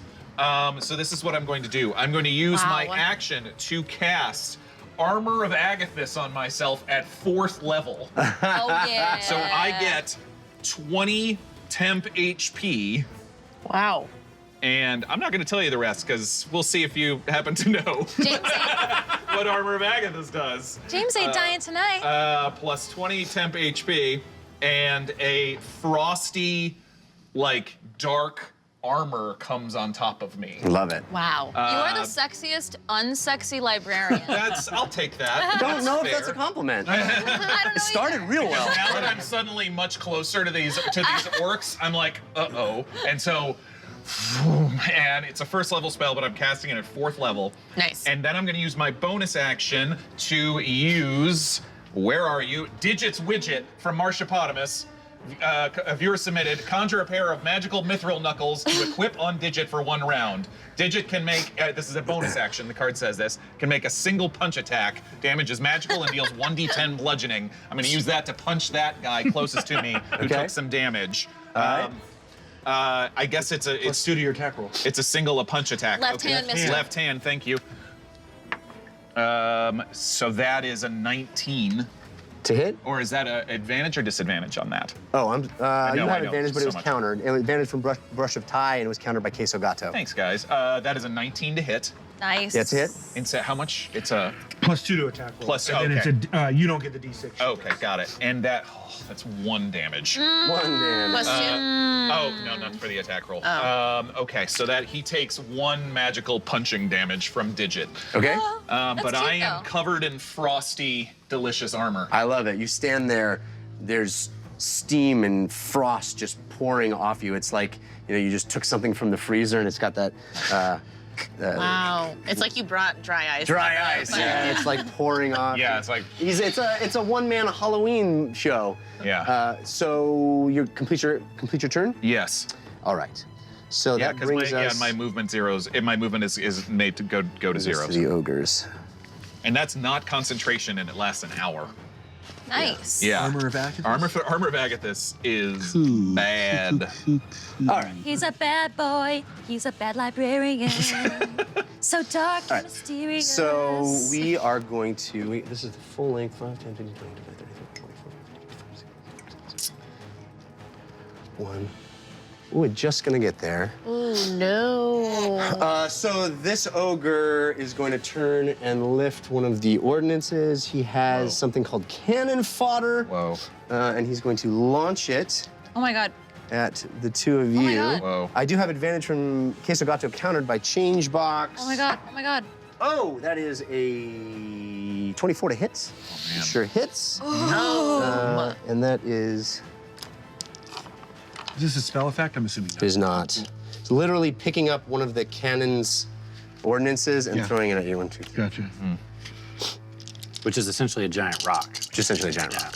Boulder toss. Hey, don't at me. I'm gonna deflect one ranged attack directed at me. Oh, yeah. So on a DC 12, Oh, but it's area effect. no, it says but not area effect. Is this area effect? Yes. Oh, it's area effect? Okay, I got something else. I got something Of else. course you do. See it with such disdain. Of course you do. I got lots of Tell me what you're stuff. doing. This is not a physical hit because it's an area of effect. It is a physical hit. Yeah. It's a, Oh. It's an explosion. Bludgeoning damage. Yeah, Okay, or so I'm bludgeoning. gonna sneer. You'll have to do better than that. Oh, and Fahima's voice though. You'll have to do better than that. And you have one chance to roll a natural 20, otherwise it misses. I have one chance, or you Yeah. have one chance? You, the attacker. Oh.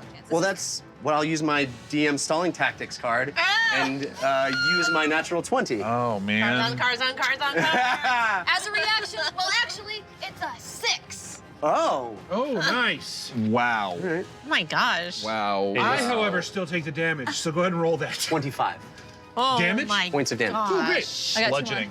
Bludgeoning? Bludgeoning. That was from half? Mr. Whisper. So 12? 12. Or 13? 12. 12. Round down. Okay. And you didn't get hit. Didn't get hit. Cool.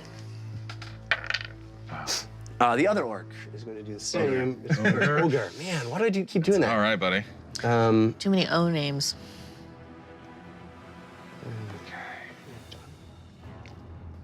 It is not happy about being burned either. It's going to throw his at Civ. Same thing. Yep. No. Ah, bad roll. That's not going to hit. It's a 13. No, sir. All right. So he launches this huge rock and it lands, kicking up dust and dirt right in your face, but landing safely in the dirt. That completes the ogres, and so now we're back to top of the round. Civ. I Malicious. believe that triggers. Too many stupid things. No, I'll figure it out. I have another card that got triggered, if you'll allow it. If an enemy failed to hit me. Go ahead. I can wait on it, though. No, don't wait on it. Okay. Triggers if your enemy fails to hit you. You snort. Your snort of derision, again, is so loud he gets a complex. His attacks on anyone the next round are at disadvantage. If he fails to hit again, he makes a DC 16 Wisdom save or attempts to flee. Mickey will. Wow. Okay. That's on that ogre. On the front. This ogre has attacks on disadvantage. Is that what you Next said? round. And Okay. if he fails, he needs to make a wisdom save So or I'll try to run keep away. track of that for you. Okay. Okay. So we are top of the round, Civ. Yes. How badly wounded does this Yeah, he's taking orc in front of me look? This one Yeah. or this one? That one. That That one is. He's been hit a couple times. Yeah, it's still doing pretty well. He's still ticking? Yeah. Wow. The ones that have the most damage right now are the ogres Yeah. and. Yeah. And that one has the most has taken the most damage of all the orcs, but it is still, Okay. you know, it's you see blood, Okay. but not it's not in danger of And dying. correct me if I'm wrong, but you have a card now that gives you an attack of opportunity anywhere within 30 feet? Yes, So if we move within 30 feet of a creature, they get an attack on us. that's correct. Shoot. Well, only if you exit their Yeah. attack. Oh, I see. So if Yeah, you only move if you in, He exit moves through a Yeah. 30-foot range. Got it. Right. I don't understand that, but I assume you'll tell me. All right. Just stay away. I'm gonna have to. I don't really want free attacks on me, so. 5, 10. This is the one that I was supposed to read when it says don't read this aloud until Jeff says the words top of the round, which I just said. Everyone needs to roll a reroll initiative. Says Left hand. A pink and brown elephant wearing a frilly tutu darts through the battlefield, and literally everyone and everything turns to look. Wait, whose turn was it next? No one can remember. Oh, Reroll no. initiative. Anything higher than 16 has already gone this turn. Oh. Oh, it's good for me. Do you want me to re-roll even though I started my thing? That's great. I rolled. Yes. Okay, just re-roll. My initiative was 16. Are we doing advantages, disadvantages, or do you care? Yeah, you have advantage from Menathiel, but it's countered by Grim Fated. Fahmy, you have advantage from Dresden Dark, but countered by Dream Blaze. Thank you, Dresden James, you have Dark. advantage from Red Robin, countered by Grim Fated. Thank you, Red Ugo, you Robin. have advantage from Tiger Lily, and Lily, you have advantage from Lotta Leche, countered by Grim Fated. So is it 16 or higher than 16? 16 or higher. The women are doing straight rolls tonight. Yes, we straight roll. We're playing fair. Okay. And my initiative got better. Okay, good. Well, that's good. You already went. Yeah, so 27. Oh, no. Anything rolled higher has already gone. So you lose your turn. Okay. So do I. So do you. Anybody else have higher than 16? 16 or higher? No. Nope. Okay. But what is our new initiatives? It's not new initiatives, you just lose your turn. It's just for the round. Got it. Yeah, but I also have to do it for okay. the enemies. So Well, let's shoot. see. Oh, that's nice. So luckily That's they, good. I rolled a natural 1 and an 11. Okay, Okay. so. Civ, you don't get to go. That brings us to. Do you want me to take back what I had already done? He did move. Yeah, I think it's probably a smart thing to do. You were back here, right? You were here. In here. There. Good. Cool. All right, Lily. Okay, so I'm gonna see that these ogres are doing massive amounts of damage, and I'm gonna just walk like they're within 120 feet of me, I believe. But I'm gonna walk just so I can see them. You said I'm behind a. You're down this embankment here. So how do I get up above that embankment? You could walk up it. It's difficult terrain, but you can. Okay. It takes double the movement to get up it. That's fine. I'll like just go up that, so I'm kind of like peeking over the top, Okay. and then I'm gonna cast Hypnotic Pattern on, centered on the duck. On the And deck. it should hit both the ogres Yep. and the duck. All right. And so they have to make wisdom saving throws. Okay. Of 15. All right. Oh, that's an 18. it. I had advantage from Grim Fated, countered by Change Box, and the other orc, Ogre. ogre. Oh my God, is not gonna make it. Okay, cool. Okay, And what how about the duck? The duck. Is the duck still a duck? It is until its next turn when it gets a chance to try again. Got it. Up, and that made the save. Okay. Okay. Okay, But the one ogre is. so is one charmed. ogre is charmed. Can we establish that with something? Which one is Yes, I have Yeah. these wonderful things. Yeah. Or he's paralyzed. As long It's as. until he takes damage. Yes, Basically. so- Which one? Well, I don't know which one failed. It was Oh. the second one. Yeah, this one. Okay. So he's charmed. Hanging on top of him? Yeah. It doesn't really fit on his little head. Okay. Okay, so no fireballs at him. At the All duck. right, does that complete your turn? That Yeah, guy. and then I'm just gonna like kind of duck 'Cause back he's down the paralyzed. embankment to kind of be out of sight. Okay. Back there. So this duck is going to attempt his wisdom save to become not a duck, and he gets a 19. Yay! He's Oh. no longer. I liked a him duck. as a But he's still charmed by Hypnotic Pattern. I thought he made his No, save. he Only the made his only save. the Okay, ogre. never mind, never mind. Only the one ogre didn't make a save. Fine. And One these wise guys. duck.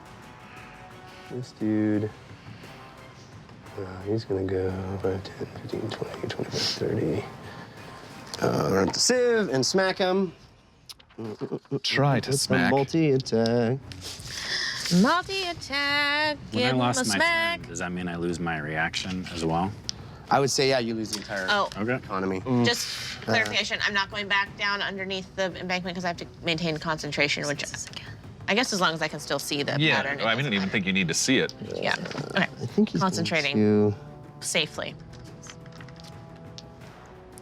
Safely concentrating. Oh, that's a 12. That's not gonna hit, right? Nope. I'm gonna try one more time. I have advantage from Grim Fated, countered by Change Box. That one is a 25, That'll hit. so that hits. And that hitting is you, gonna Civ? be- Yep. I'll do cutting words so you can minus D8 from that. Cool. It's only gonna be 5 points of damage. Nice. Piercing damage. Okay. Reduced to nothing. Or 60 unless, feet, but he's D8. close to me. Yeah. And this one's gonna attack James. Go ahead. Within 30 of me? Go ahead and attack me. Don't say Is that. James within 30 of me? Hang on. Yes. Oh, you got some. You got some Yeah. up your sleeve? Okay. Up your robe? I mean, I already cast it. 16 hit you? Right. Yes, it does. He's smiling. Well, well, well. Do you want me to reduce? That is a 12 points of damage. Lost my reaction. 12 points of damage. You take 20 points of cold damage. Awesome! All right. You're as cold as that ice. orc runs up and does a mighty swing with its axe, and as it hits, you hear the sound of ice breaking, and ice climbs up the hilt of the axe, up its arms into its neck and eyes, and it screams in pain as it strikes you. Very cool. This is gonna hurt you more than it hurts me. Actually, that kills it. It's a 20 points of damage, right? Yeah. Yeah, so it actually freezes in place as the ice crawls up into its eyeballs. Oh my And you see it gosh. fall over, and as it lands, it shatters in a... And I bunch turn of to the ice other one and I crystals. go, come on. Because it's still going. Yeah. That one's just gonna... So that wasn't even your turn, right? That was just a defense? That's just Armor of Agathis. Armor of Agathis at high level is badass. 10, 15, 20, 25, 30, 35, 40, 45, 50, 55, 60. It can't go 60. It can go 40. If it's an orc, It's got aggressive, and it can Yeah. move up to its Up to its speed speed twice, right. speed toward a hostile creature it can see as a bonus action. yeah, you can make it to me for sure. Oh, I mean, I'm just saying, I know aggressive. I have advantage from Grim Fated countered by Change Box. This is going to be a multi-attack. And that is 23 hits, right? And that's going to be a 12, so I'm sure that's a miss. That is a miss. So that is 12 points damage. What time? Piercing. Reduced to 6. Very good. Very good. All right. And I don't have gold, so I'll take an extra one. Oh. 13. Yeah. Well, yeah, 7. I figured. It's going to stand right there. And throw its javelin. At who? At Civ? That's a natural one. Okay. Miss! At the ground. Hit the ground. All right, that completes the orcs. Okay. And so that brings us to Fahima. Right. And Ugo after that. Yay! Ugo lost lost my his turn. turn, but yes. Oh, you lost your turn. Yeah. Okay, Fahima. Okay. I'm going to move up to the other side of the guy who's hitting Ugo. So I'm within 5 feet on the other side. Okay. Over on this side? Over here. Exact opposite corner. Here? Other. Here? No, Flank. Keep going, keep going. Flank. Yeah. Okay, and then I'm gonna thunderbolt jump All right. to him.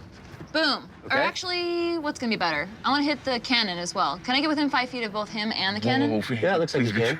Okay. Boom! All right.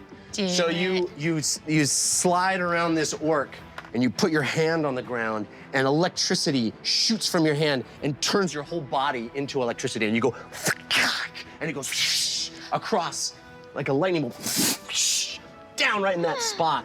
Bam!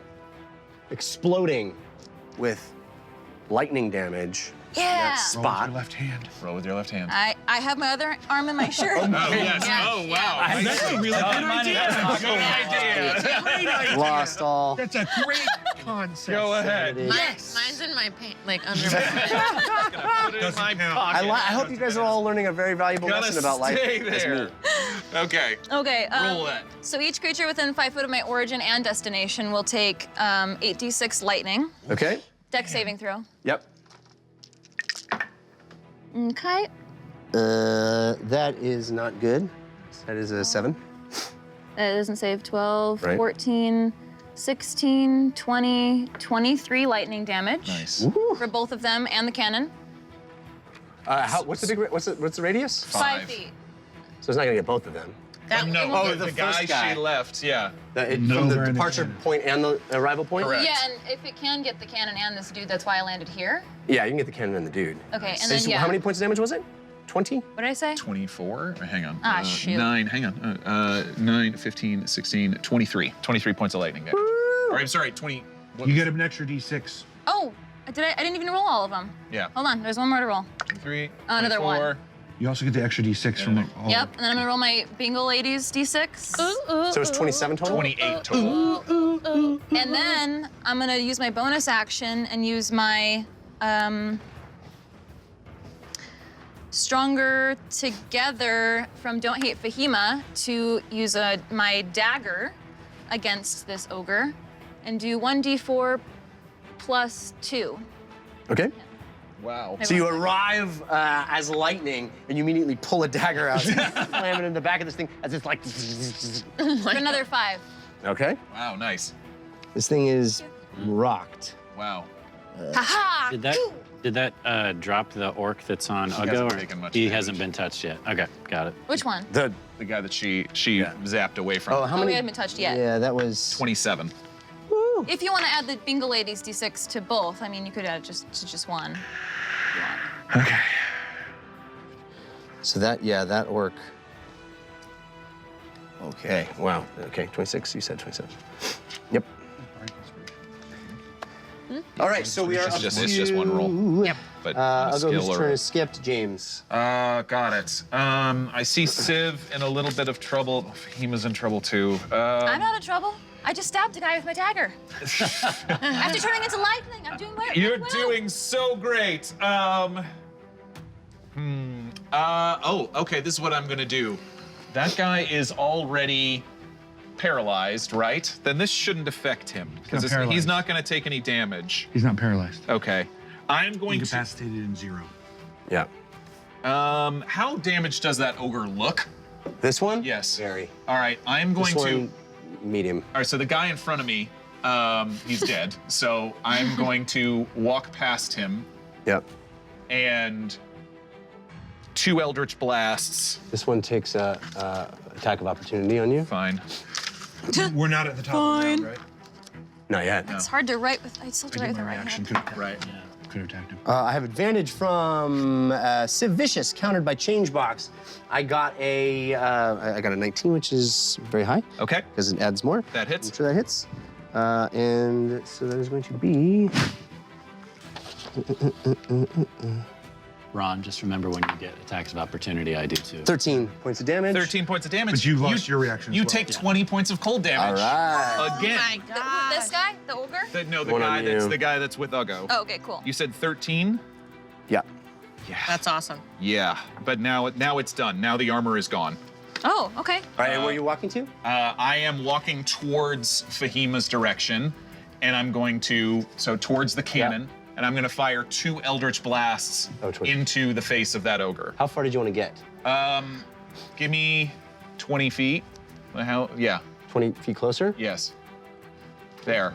Okay. Pop, pop, right in his face. Pop, pop. All right. Pop, pop. Yes. Do I have any advantages? You do. From a confusing Wookiee, but it has been countered by Grim Fated. Thank you, Confusing Wookiee and Grim Fated. Okay, great. First one is a 23 to hit, That hits. and the second one is a 21 to hit. That hits as well. So he's gonna take 2d10 force damage. All right. That's 10 on the first one, and 6 on the second one. 16. 16 force damage total. Whack, whack. When your hand like fizzes out from the Eldritch Blast, I'm gonna put my hand up and give you an air high All five. right, this Thank thing. you. You see this enormous creature rock. It takes these Eldritch Blast. It's been burned. It's been stabbed. It is very, very badly wounded. It's bleeding and moaning, but it is not quite down. Its knees shaky Got and it. its head spinning. Does that complete your turn? Yes, that completes my turn. Unless this is a bonus. Nope, yeah, that All right. completes my turn. We get to the orcs, or excuse me, the ogres. The one that has no movement, it is incapacitated? Incapacitated Yeah. and its speed is 0. Incapacitated means it can't do And he anything. doesn't even get to save, does he? Incapacitated can't take As long as he actions or doesn't take reactions. damage. Unless somebody wakes him up. Right. What is this? Don't From wake Lily's him up. spell? Yeah, that's hypnotic pattern. though she is concentrating, so I'm concentrating on that. Is this still not the top of the round, right? no. No, it will be after they move. Gotcha. The first thing you see this ogre that is almost dead do is pull a horn from its side and go, Oh, Hang on, Yeah, hold on, I got hang that on. too. As a reaction, I see him do that. As a reaction, I have a card called Reaction from the Candles. You may use a force card as a reaction, even if it would normally be an action to use any force, and I'm going to use Lord Ereban Hammer. I got from Scully as my homegirl. I mute you for 1 round. Okay. Muted. I mean, he would be muted, but the horn is not muted. Yeah, He can't speak, but you don't have to speak to You blow a into horn. They have to go Spirit of the card. Spirit of the card is probably. I mean, I think it's a cool move, so I'll allow it. Yeah. It's only for 1 round. It's only for 1 Like round. on his next One round, round. if he Yeah. lives, he If can he still- survives the All right. round, he can do it So again. he reaches to his side, pulls to his horn, puts his lips to it. Click. Amulet flashes and blinks twice. No sound emits, and as he turns ready to attack, we go to intermission. Oh my But first, we have cards. Oh my god. I'm so ready for this ogre. Okay. I guess I can put my arm back. 3 for Lily. Wow. Gosh, thank you. Yeah. Armor of Agathis, man. I'm a fan. I'm gonna look up that spell later. Yep. Yeah, that's really cool. I wish I could Okay, have that. Just auto. Lily, you have. auto damage. I don't even know how to read this. Youngblood, Roguerat, and Amoshan have cards for you. Okay. You have 2 from Youngblood and 1 from Roguerat. Rugrat? Rogue Rat. Rat. Nice. Sounds like a D&D character name. It does. Okay. Sounds like what they call One it. last chance from Lisa Youngblood. James. If your attack is the killing blow, this card can be activated to allow the user to reverse time and pause their attack just before it lands to have one last chance to convince the enemy to surrender and/or provide info before they die. If they will not surrender, the effect ends and the killing blow will resume. Aw, I like that card. Okay, I will call him Mini-Me from Roguerat. A 1 foot tall chibi version? Chibi, yeah, Chibi? It's like a cartoon, little cute Oh, cartoon. chibi. I didn't know what that was. We all learned something. And by we all, me. A 1 foot tall chibi version of the player appears to help. It only has 10 health, but it will take any damage directed at you before you do. When it is destroyed, however, it looks you in the eye. Oh no! Flashback. That's my whole thing. Okay.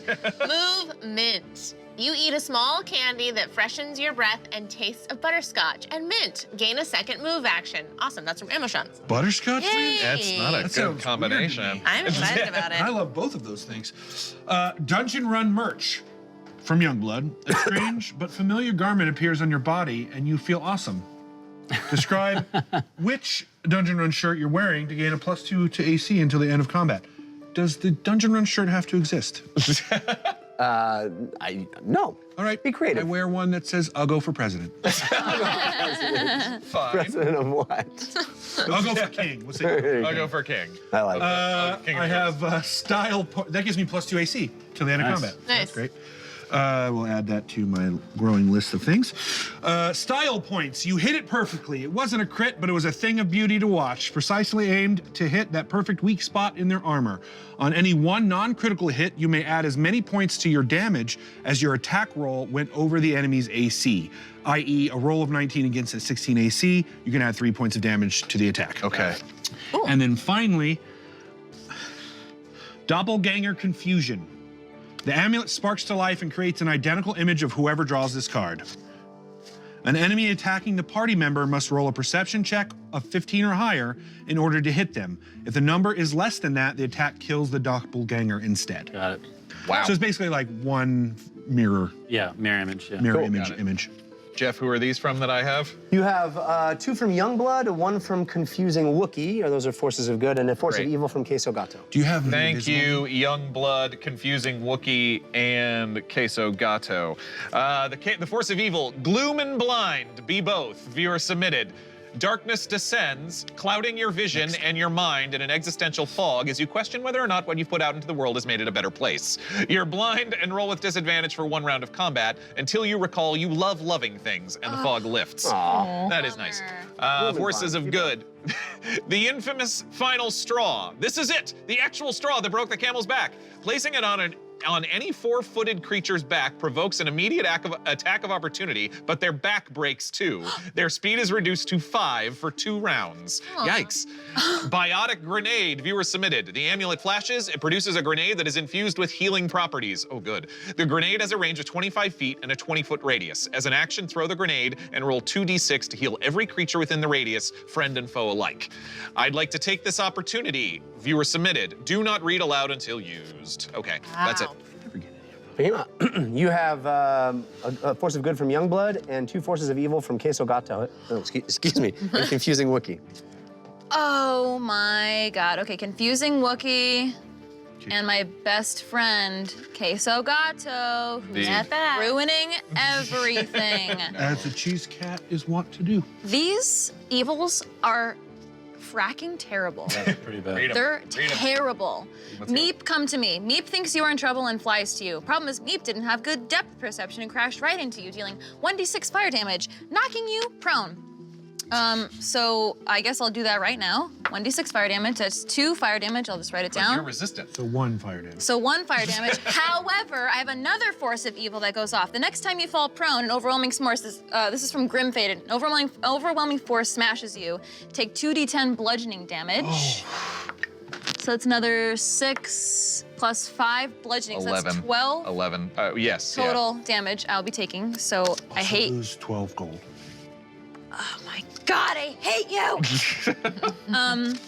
And then my second force of evil from Queso Gato is you suffer for our amusement. Wow, how apt. Wow. We say we love it because of the story, but the truth is we just like to see you suffer. Oh no. Until the end of the episode, or until you roll a 6 on a d20. Every time you roll a d20, you must say, ye gods, before you roll. If you fail to say it, you get -5 on the roll, otherwise a -2. Wow. Rude. Wow.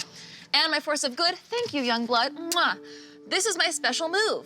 The power of anime courses through your veins, causing you to call out your next attack in the most spectacular and over-the-top way. Take disadvantage on your attack, irrespective of other bonuses, but if you hit, you do double damage, crit, and do triple damage. Wow. Crazy. Okay. That's it. Civ, you have 3 forces of good, Youngblood, Saint Thief, and Amoshan, and a force of evil from Don't Hate Fahima. Wow. Youngblood, Amoshan, and I got Don't Hate Fahima. What was the other good? Amoshan, Youngblood, and what? Saint Thief. Saint Thief. Nice. Cool. Okay, so ring toss. You receive a large ring you may throw up to 30 feet. Use your bonus action to make a ranged attack roll to throw the ring over an opponent's head. On a success, they are grappled and restrained, DC 15 strength check to break free. Initiative.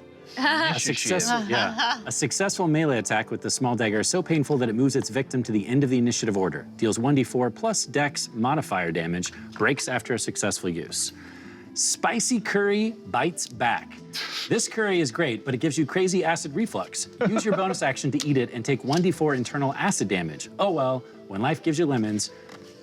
You gain the ability to use your reaction to a roll. You gain your ability to use your reaction to roll a reflex acid spit attack at anyone whose melee attacks you, whether successful or not, until the end of your next round. D20 plus your proficiency bonus does 1d8 acid damage. Wow. Wow, okay. And then my evil, she turned me into a duck. At the start of the next combat, so next time we fight, you suddenly and immediately find that you've been transformed into a duck for 1d4 turns. Your only attacks are pecking the enemy for 1d6 piercing or dropping eggs on them for 1d4 bludgeoning. Your walking speed is halved, but your flying speed is double your walking speed. Wow. Okay. We had a force of good. That was a roll for force of good. I rolled a 2. So Fahima, you get that. It's from Angel Devilson. Oh my god, thank you, ye gods. I would die for you. You can take 1d20 damage to allow someone to re-roll a death saving throw. You can do this as many times as you want during this combat, taking 1d20 damage each time. Whoa. Wow. That's big. Fahima's got this like theme of sacrifice, apparently. I know. All right, so there are 36 cards for me. We'll get to them. We'll get to them somehow. I appreciate you guys supporting the show like that. It's extraordinary. This is we are going to intermission. Araban is going to take care of you. Thank you to Twinsen, Changebox, and Grimfaded for all of those cards for me. I amazing. am overwhelmed. I'm sorry. Airman's gonna take care of you for intermission. We're gonna recharge and come back and see how this fight wraps up. Wow, insane. See you soon. Holy cow, guys. Holy moly.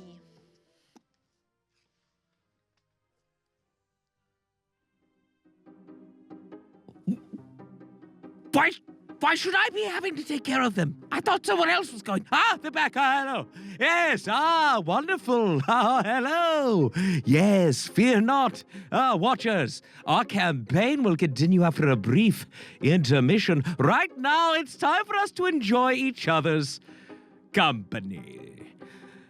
Well, you watchers of the time stream are amazing.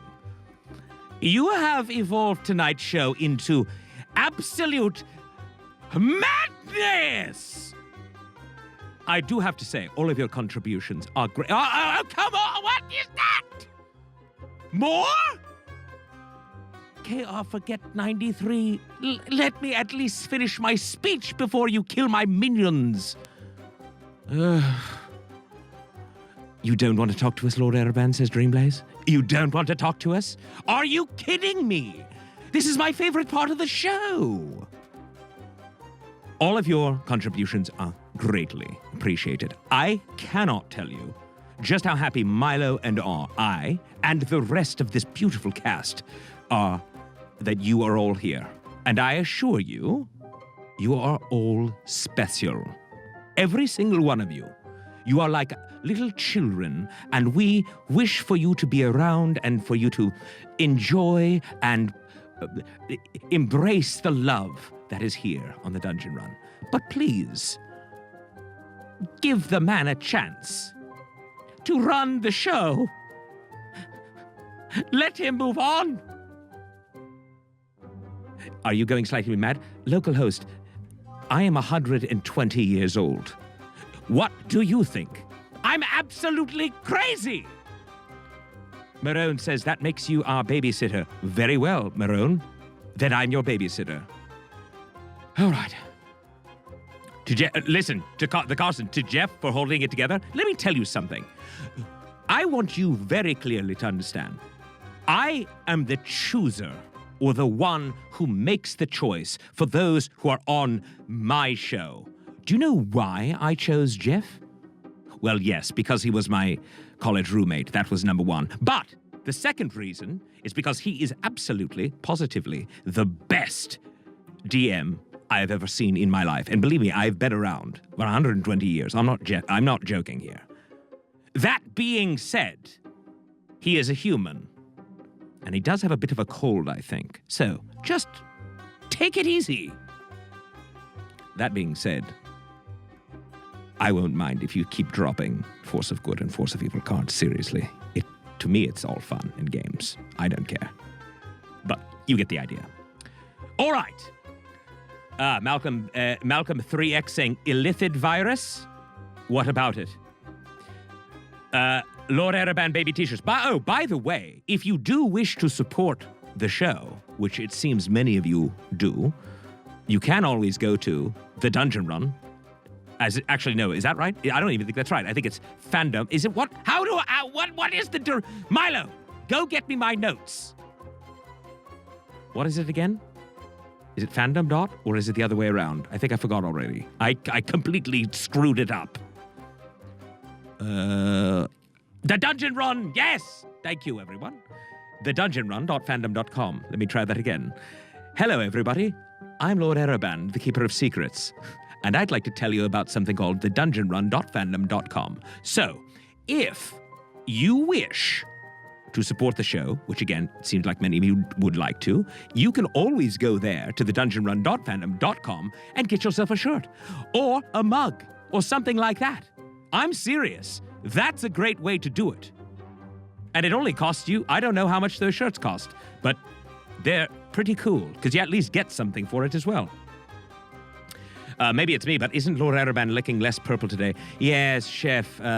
Unfortunately, for me, Milo accidentally handed me pure rubbing alcohol during the spritzing phase of my preparation for this evening, and it did cause some issues with my skin color.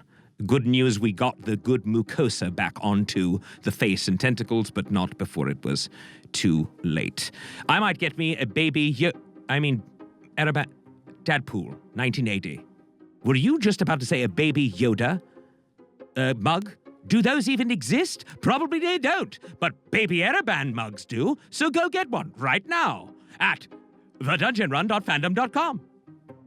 Lord Ereban, do you realize that this is the first time you were broken? What? I was broken? What do you mean by broken? Baby Yoda is better than Lord Ereban? Who said that wasn't the case, random guy? And by the way, come out from behind your name, random guy. Show your face! But you're too afraid, aren't you? And yes, Baby Yoda is better than Lord Ereban, but Baby Yoda is not better than Baby Ereban. Done! Lord Ereban, my 7-year-old boy, Corbin, is going to bed, but he wanted to say hi. Hello, Corbin. How are you? I just want to let you know that you are a wonderful boy. And I hope you have wonderful dreams. Did he smile?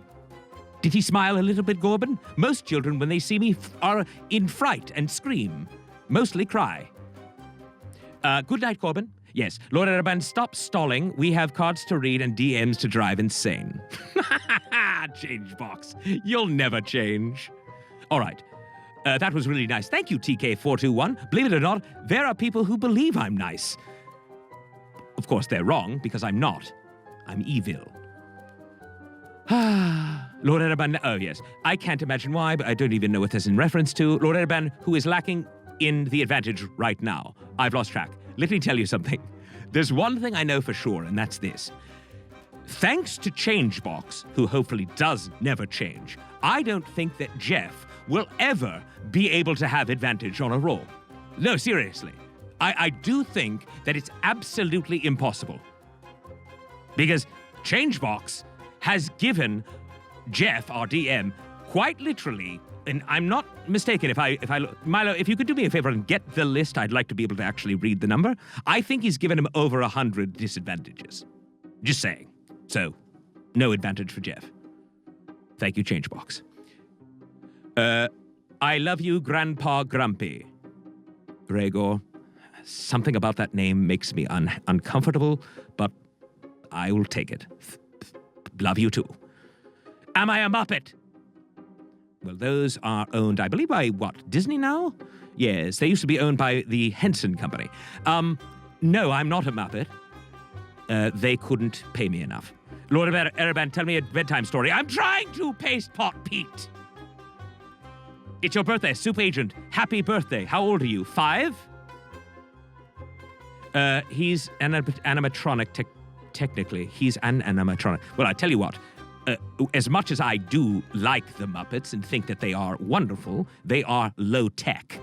And you are absolutely right. The Raven Christ, I am very much not animatronic. Right, I lied. I might be. But not really. Because that takes that takes everyone out of the experience by saying that, you see. No, it's not animatronic. It just may seem that way. It works more consistently than Kylo Ren. Oh, so, Paste Pot Pete. Yes, I certainly do. Lord Ereban is real. That's right. No, he's real, Gregor. You're correct. Should you be impeached? Ebran SC? Should I? Let's take a vote. I'll even take the vote myself. Here we go. Should we impeach Ereban? Upvote that.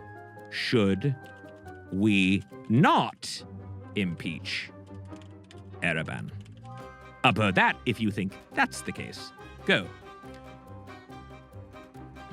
This is a good way to take votes, I guess. And do understand that there are 1 trillion people watching right now, so we should be able to get a pretty high count. Lord Ereban, all hail. Lord Milo, Paladin D20. Can someone please remove Paladin D20 from this chat?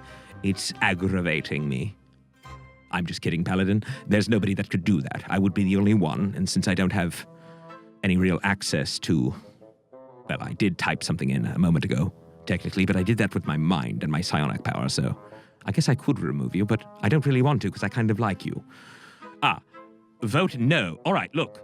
It looks like the not impeach is the favored comment. Way to go. Great. Looks like I am going to remain in power. Sir Mix-a-Lot, 1. Tell you what. Today's your lucky day. Today is your very lucky day because earlier that was killing Milo. But good news, I had someone go in to the dungeon run playing room, if you will, and put some magic around Milo's ball.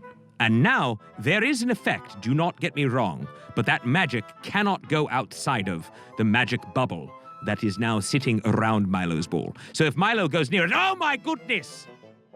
All right, well, Milo accidentally walked into the other room and is now dead again. So, good job.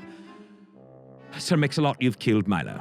Lord Ereban, voter suppression. No voter suppression here. We did a perfect do impeach or do not impeach Ereban vote, and it seems that we are not impeaching Ereban, i.e. we are not impeaching me, and i.e. I shall remain the lord of this show and of the dungeon run, which is perfect because that's as it should be, you see. What about Milo for president? Come on, you're crazy. Are you kidding me? He's not that smart. Wow, he could spell I-E. Oh, Chef Scott 68, if you were here in person, you know what I would do? I would flay your mind. Hopefully you have a high IQ. OMG, Milo has more lives than a cat. Well, Ragor, whatever we want to call you now. Yes, of course he does. He's a minion. He can't really die. But it does hurt when he dies. Do understand, he has confided in me that the pain of death from a Milo's ball is quite extraordinary. And each time you touch Milo's ball again, he has a lot of pain. And that's not nice. Okay? Ergo and Milo for 220. As in president and vice president? Sure, why not? As long as Ergo is involved. Rhaegor, it hurts me emotionally as well. Don't you hear me scream? This is true, minions never die, unless the master says they can. Dreamblaze, thank you so much. Milo can always come back to life. I've spoken. Ergo can be your speaker of the house. Well, I like that. Lord Ereban, when will you be on Dungeon Rundown? What is that? Oh, you mean the show that Trisha Hirschberger runs on Tuesdays? Well, that's, unfortunately, what you need to understand is I do lots of bathing on my time off, i.e., I'm using i.e. quite a lot today. I bathe a lot, quite a bit. And the only way for me to stay healthy and fluid, if you will, is to bathe every moment that I'm not sitting on this throne here, because I am drying out. I'm not going to lie to you. This is terrible for my skin. Yes, I'm a moist squid. I get a bit crusty, as you all know. All right. Who here knows what a prop is? Can anyone raise their hand and let me know? Tell me. Does anyone know? I do. Of course I do. But does anyone else know? I'm a prop, Fallstar! How dare you? I was about to be your best friend. Random guy, please. Yes, that's why I'm cranky, Silverfang. Here we go. I want to tell you about props and how you, the watchers of the time stream, can interact with the show, though I do request, please, be gentle. Jeff has quite a bit to do in the second half of this show, and possibly into the future. There are 7 unique props that can influence the game. Don't know what they are? Ha! I'll tell you. That's the line that's written here, by the way. I actually have lines. I do have a teleprompter that's sitting in front of me, and I like to read them. Keeps me in line. Show love, our celebratory item. Send love to the team whenever you want. Great, that's the blue balloons. Or you can grant the gift of advantage. That's the ability to roll a pair of 20-sided dice at once and take the highest value. Isn't that great? Those don't hurt the show, by the way, FYI. They kind of do sometimes, but not really.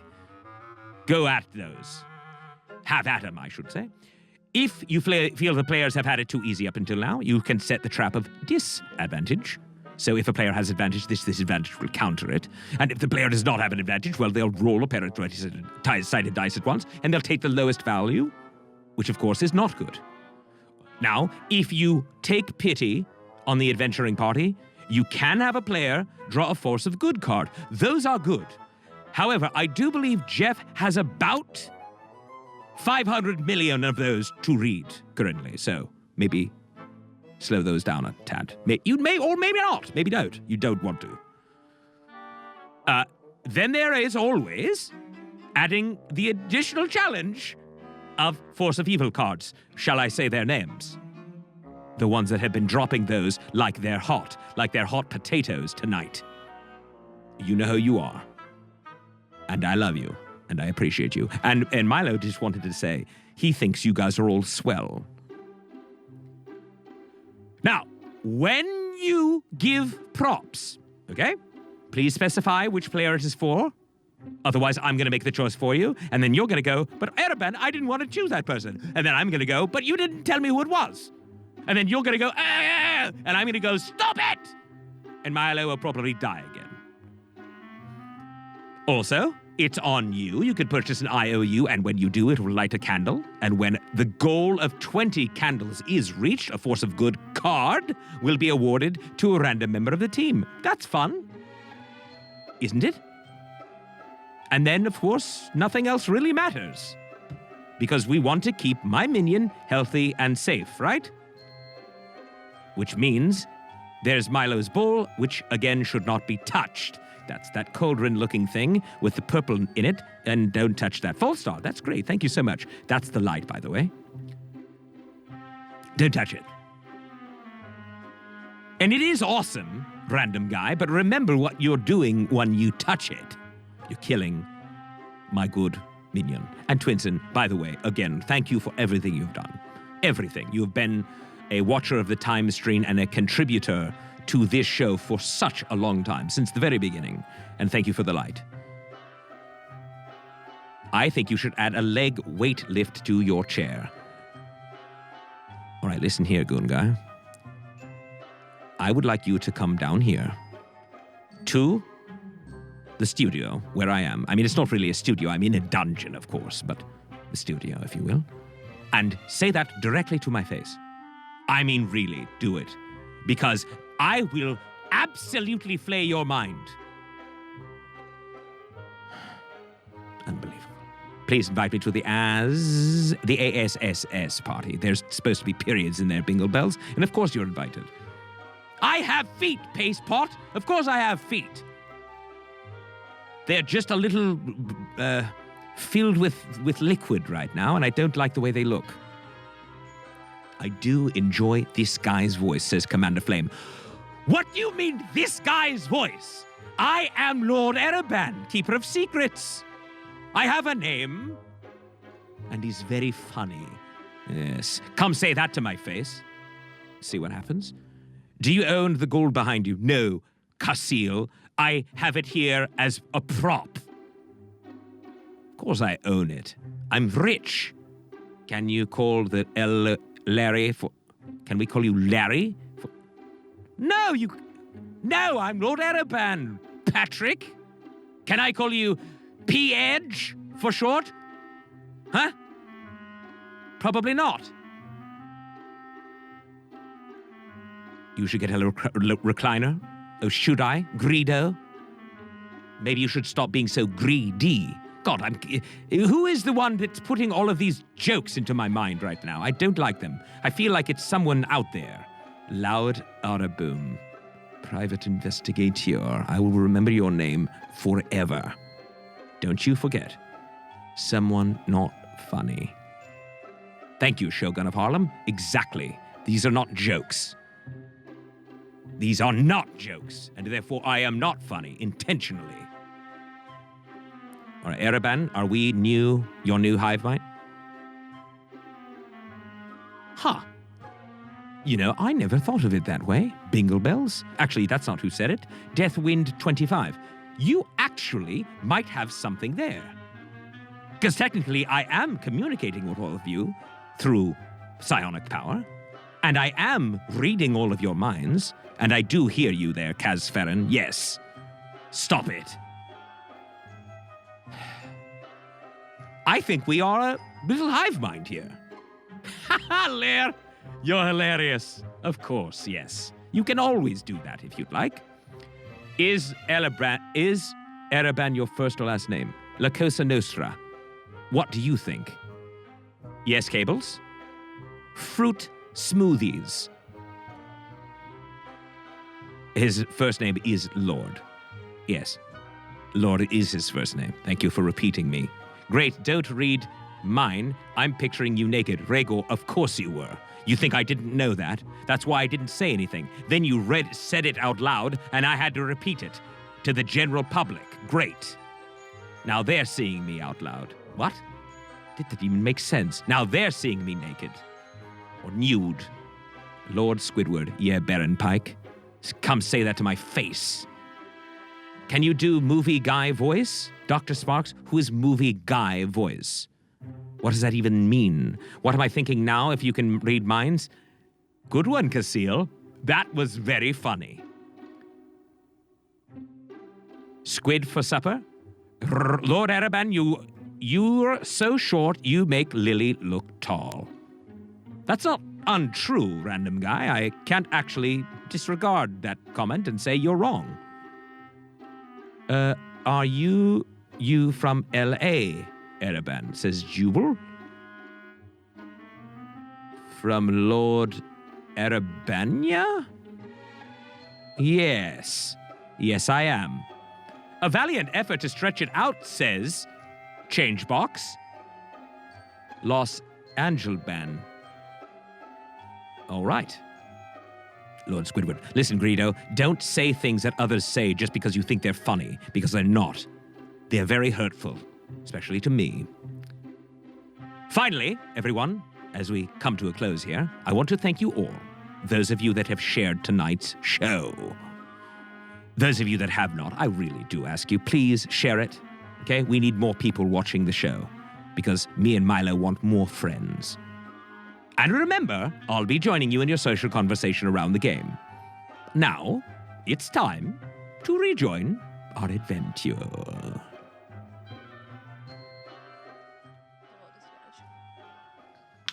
Woo! And we're back. I want to thank some people showing us love. Elusive Treat, TK421, King McQueed, Confusing Wookie, and Changebox, lots of others. Thank you for those balloons. We appreciate you. Thank you. We appreciate you appreciating us. All right, so we pick up the bottom of the round. The ogre just attempted to do anything and was thwarted. Now it is going to take a swing. Actually, it's going to do something called tackle. Oh, no. Which is, you have to roll a strength saving throw, Fahima. One of your definite strengths. But have you read my 19-page character backstory? I actually have. I'm gonna hand you a copy, make you read it, and you lose, you skip the next round of combat. But you can attack me for double damage after that, because you read about all my weaknesses. Nice. Okay, and there's no save or anything, it's just an automatic lose a turn. Yeah. Okay. So And that can be used as a reaction, I guess? It doesn't say, okay. well, it just says next time an enemy attacks you. Right. That is now. Thank you, Saber Gamer. Okay, we will say that has used your reaction. Yes. Oh, thank you, Drew. The other ogre is incapacitated. For a minute, and this is maybe 3 10 rounds. Yeah. Yeah. Okay, so we are back to the top of the round. That would be Civ. At the top of the round, Yep. Going out of in a blaze of glory. Your friends are being overwhelmed. They just can't take the attacks coming at them. Time to step it up and intervene. You shout, "It's me you want!" And all enemies within 100 feet must make a DC 18 Wisdom save or attempt to attack only you for the next round. Ooh. It doesn't say whether it's an action, and I figured if it was just yelling. Sure. How many feet was it? 100. Okay. Well, these guys are more than 100 away. Yeah, it's pretty much all the orcs. This one's dead. This one, these three, I would say. But they might be That's just a about James. 100. That's That's a James. Okay, so these But two there are is a that guy. one. Yeah, there's the guy next to him. So that's And they have to make what saves? Wisdom saves? 18 or higher. All right. Wow, that's high. That one failed. Ah. That one failed. And that one failed. I did have advantage from that guy named Rodney, but it was countered by change box. So they all failed. Cool. So they all have to try to attack you. For this next round, yep. Okay. Okay. I am going to shake myself out of my weird stupor that I was in for quite some time. Put the bow away, draw out the short sword, and they're within 5 feet of each other, aren't they? Yes. That's aggravating. Well, this is actually a good time for me to talk about this DM force of evil that came from Twinsen. It's a power of Jeff. You are the best DM, we love you. But this is a force of evil, so your monsters must suffer. For this round, all enemies must attack the player that is farthest from them, even if it means they take attacks of opportunity. Wow. So that's probably a good time to even have that come off because Yeah. these guys have to attack Uggo anyway. Right. So now all the other ones do too. Yes. Cool. Okay. All right. Wow. So, since I can't really run away from them because they'll all get attacks of opportunity on Yeah. then I'm gonna spin to win. As an action, you can make one melee attack against all creatures within reach of your melee weapon. Okay. Roll with your left hand. I know. My Add hand's in my +2 to your pocket. attack roll. Do I have anything? You do. You have advantage from Red Robin. Sweet. Thanks, Red Robin. It's cocked. That's a nat 1. And a 9. Plus plus 9 is 18. On the orc? Yeah. That hits. Okay. And then my second attack. Do I have advantage on that? You do from Persephone. Thank you, Persephone. It's even higher, so that hits. Okay. And then I'm gonna, this card, Never Give Up, Never Surrender. The amulet will not let you give anything else but your best. On your next damage roll, roll your hit die until you roll the highest possible roll. If it's a D8, it's an 8. Count how many times you have to roll until you get it and add that number to your damage. Oh, man. Yeah. It's gonna get crazy. So that's 3, plus 6 is 9, 10, 11, 12, 13, 14 points of damage to the first dude. All right. And then the second dude, 14 points of damage. Oh, yeah, you're surrounded. yep, is gonna take 9 points of damage. And my Fibonacci numbers goes off. What? So they take an extra 1 psychic and 3 psychic. So the first guy takes an extra 1 point of damage, and the second guy takes an extra 3 points of damage. Okay. Wow. Wow. Now I'm trying to do everything with my left This hand. one with the sword is very close to death. Okay. Bloodied. You spin around, slicing and dicing. The power of the amulet infusing you with extra energy. Blood flying everywhere. The other one, this one hasn't really been damaged too much, but. Okay. All right, so that was Civ, so we're up to Lily. Okay, so I'm at the top of the difficult terrain thing right there, right? Uh-huh. So I'm gonna move, because that's dead. I'm gonna move to try and get within 60 feet of that ogre. I believe I can do that. With the ogre that's next to Fahima? Yeah. Okay. Yep. Yes.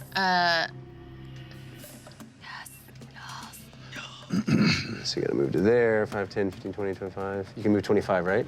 Yeah. You can't quite get to 60 feet. Okay, of it. then I will use movement. Eat a small candy. Freshens my breath, taste of butterscotch. Ooh, animate. Weird combo. And gain a second move action. Yeah. So you don't want to go all the way though. No, I'll just move to the edge of range. basically to the edge of range. Gotcha. Thank you, Amashon. And then I will cast Shatter, but I'm going to cast it on the front, so it's a 10-foot radius. So I want to put it on a point focus in front of the ogre that's not going to hit Fahima. Okay. So about here. Yeah, 10-foot. Yeah, Right. cube. Oh my gosh, I realize I don't have to sit on My shadow cube. You got a shatter cube. It's actually a circle, not a cube. Well, there's a cube on here too. Yeah, it's a template. I see a cube now. Yeah. Yep. So about right here. Okay. Yep. So Perfect circle inside of it. I'll cast it at. What? I mean, I'll cast it at 4th level. Go for Why it, babe. not? Go for Big it. ol' shatter. So 15 con save. All right. It's gonna be pretty high, but Yeah. Never know. Do Never they know. still take half damage if they? yes. Okay. I do have advantage from that guy named Rodney, but it was countered by change box. Ah, I rolled a 3. Oh! 8. Yes. That did does not save. not save. Yeah. Roll Yeah. your damage. Roll all that damage. Okay, so 3d8. No, wait, it's more than that. 5d8. Yeah. With Bless my you. left hand. With my left hand. Okay. That is gonna be a loud shatter. 8. 11 11. plus 18, 22. Total. Or- 22. 22 points damage? Yep. Okay, so an incredible sonic explosion erupts in this point. And Fahima standing there looking past the ogre, what you see is a ripple of sound.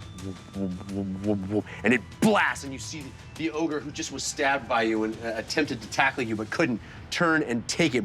This incredibly loud blast right just 20 feet in front of it. It hits the edge of this thing and it just goes back, its neck snapping from the concussion. It cracking and breaking and falling to the ground right in front of you. And you hear this blast and the wave of force kind of comes up right to you and recedes. And this thing crumples and falls to the ground.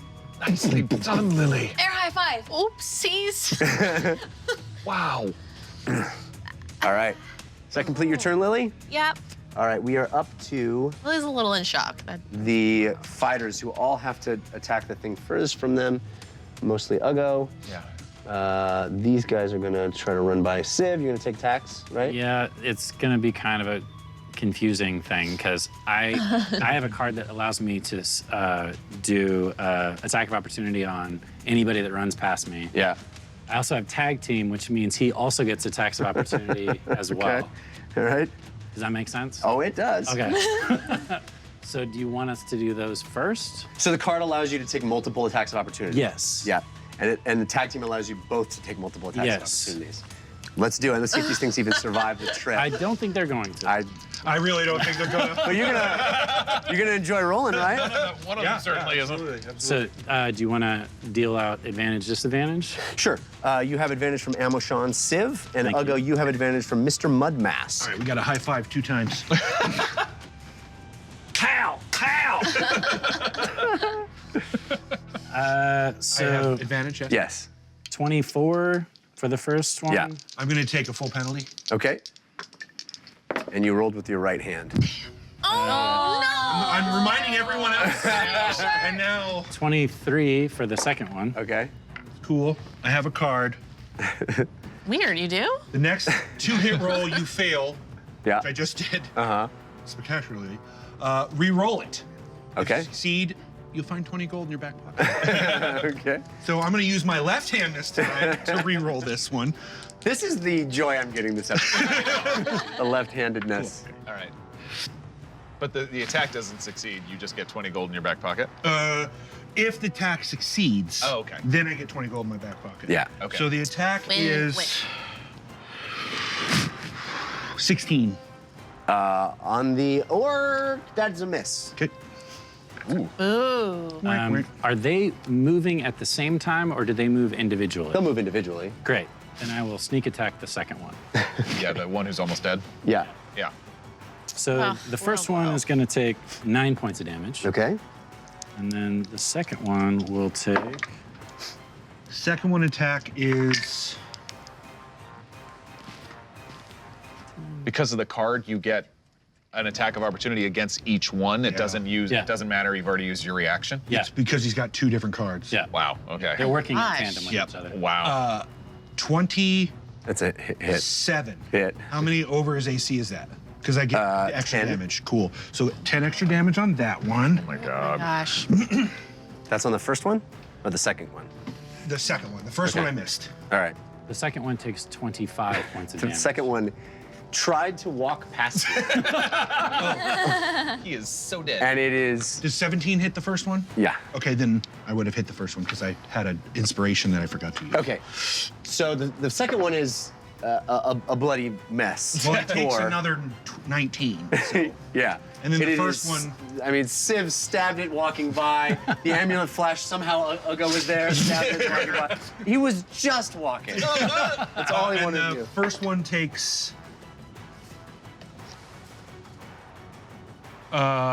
20 damage from me. Okay. Well, because I went full attack on him. Right. Is he still ticking?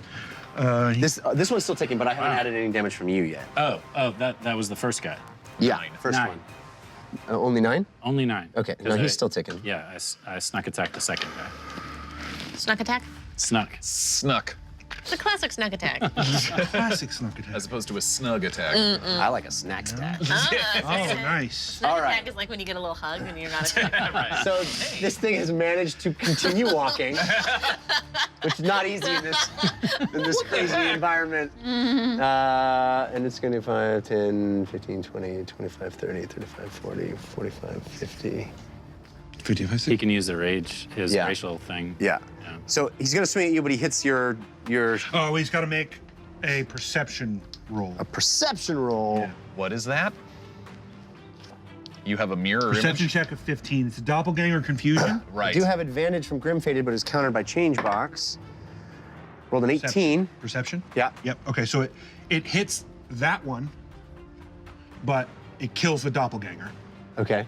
What did it have to? It got an 18. What did it have to hit? No, never mind. That does hit me. It's Yeah. the other way around. I apologize. Apology accept. So it does have multi-attack. So the first one, 4. Second one, oh, that's better. That is 23 to hit. Yep. And that is going to be...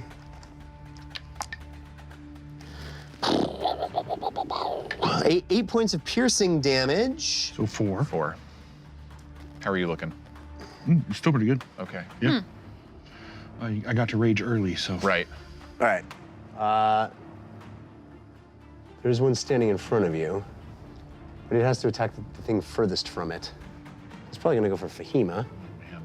But you already used your reaction, or that's a No, card? I don't get those. Apparent to him, they're not reactions. So Okay, we so you get can use a Which reaction. means he also gets one. Yeah, we both. High five again. High five! High fives. Oh, High fives. man. Chaos. All right. Advantages?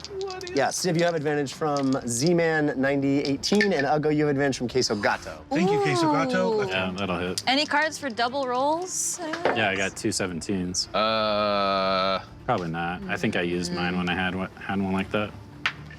If you get to roll, I mean, I have a doubles one, if For you, right? Yes, yeah, it's for me. Yeah. Not for anybody. 14. 11 points of damage from me. Okay. 14 to hit, so I didn't hit. That didn't hit. 11 points of damage Yes. is the... All right. Okay. So this one's going to try to... It's not going to be able to get to Fatima from where it is, but... 60p, right? 15, 20, 25, 30, 35, Throw a 40, javelin. 45, 50, 55. Oh, yeah, I can throw a javelin. Thanks, Morgan. I mean, it has to. Yeah, I can throw a javelin. I lose on because of my card. I lose my reaction on the next turn, so I won't be able to. It's a 22 to hit? That I won't be able to do hits. the attacks opportunity. But with I'm going to you use on my the next Don't At Me card to deflect one ranged attack directed at me. Okay. On a DC 12 check, it hits my target, I can deflect it to somewhere else, or otherwise it lands elsewhere hitting nothing. So, DC 12, that guess- you roll or I roll? I think me, it just says on a DC 12 check, no modifiers, it hits your target. Because I'm redirecting it. Okay. So So roll above a 12. Hit that ogre. Ye gods! That's a 3. So it doesn't hit anyone. It just deflects. Okay. Thank you, Mickey Wolf.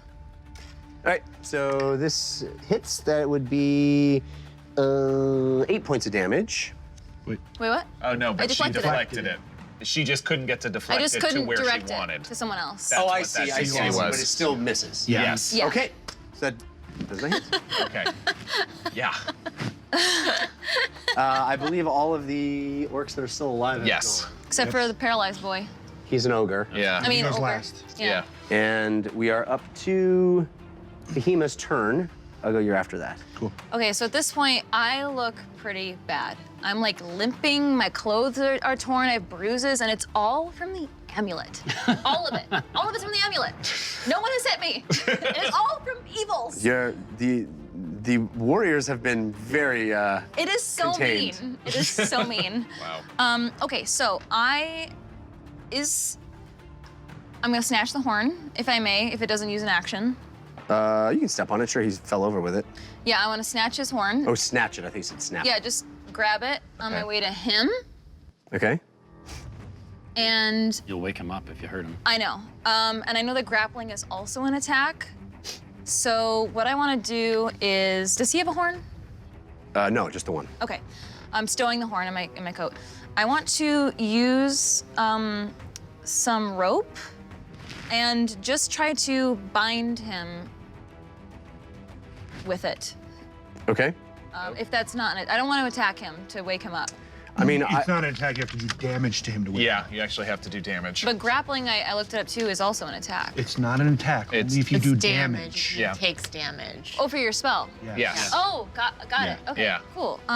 Yeah, so then I guess for my action, I will yeah, you can Try to time. put ropes around try to around this thing. Yeah, try to grapple him. It is standing there, magically transfixed by the Hypnotic Pattern of lights. pattern. Yeah. The Yeah. Northern Lights.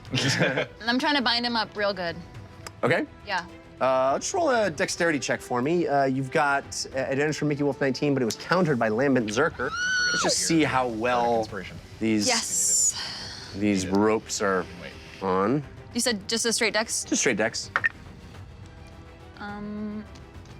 It's an 11 plus my dex, which is +1, so 12. I'm using my bardic inspiration to add another 4.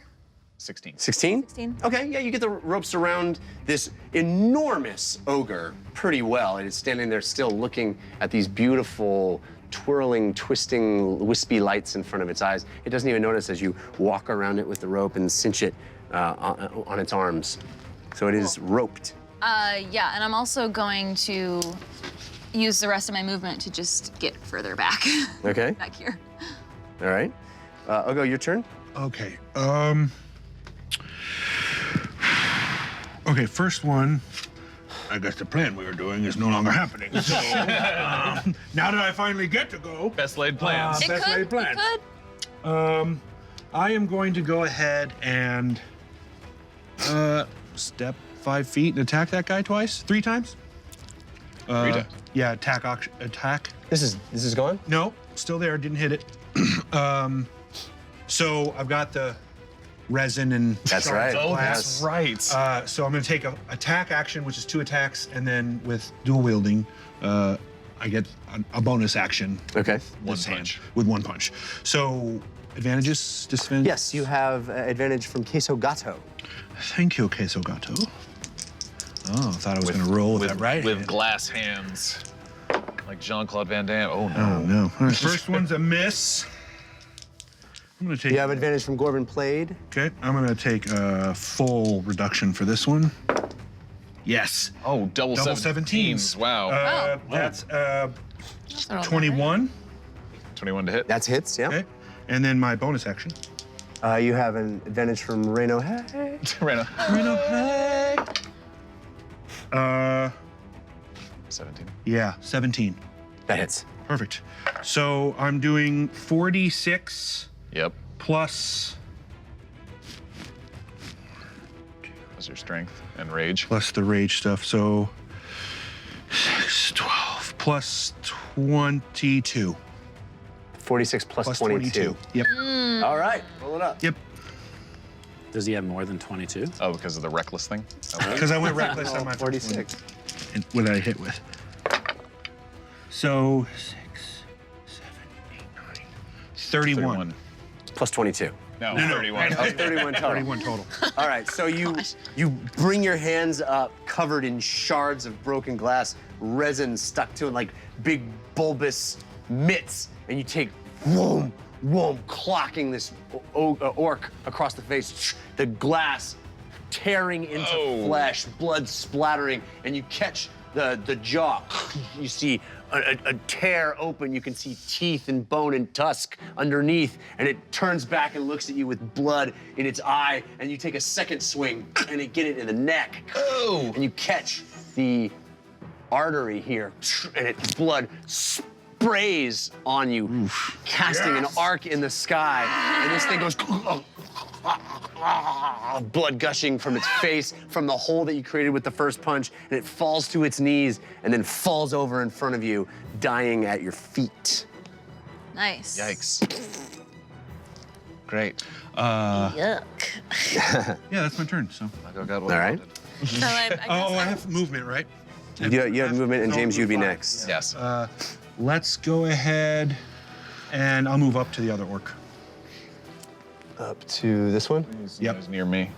All right.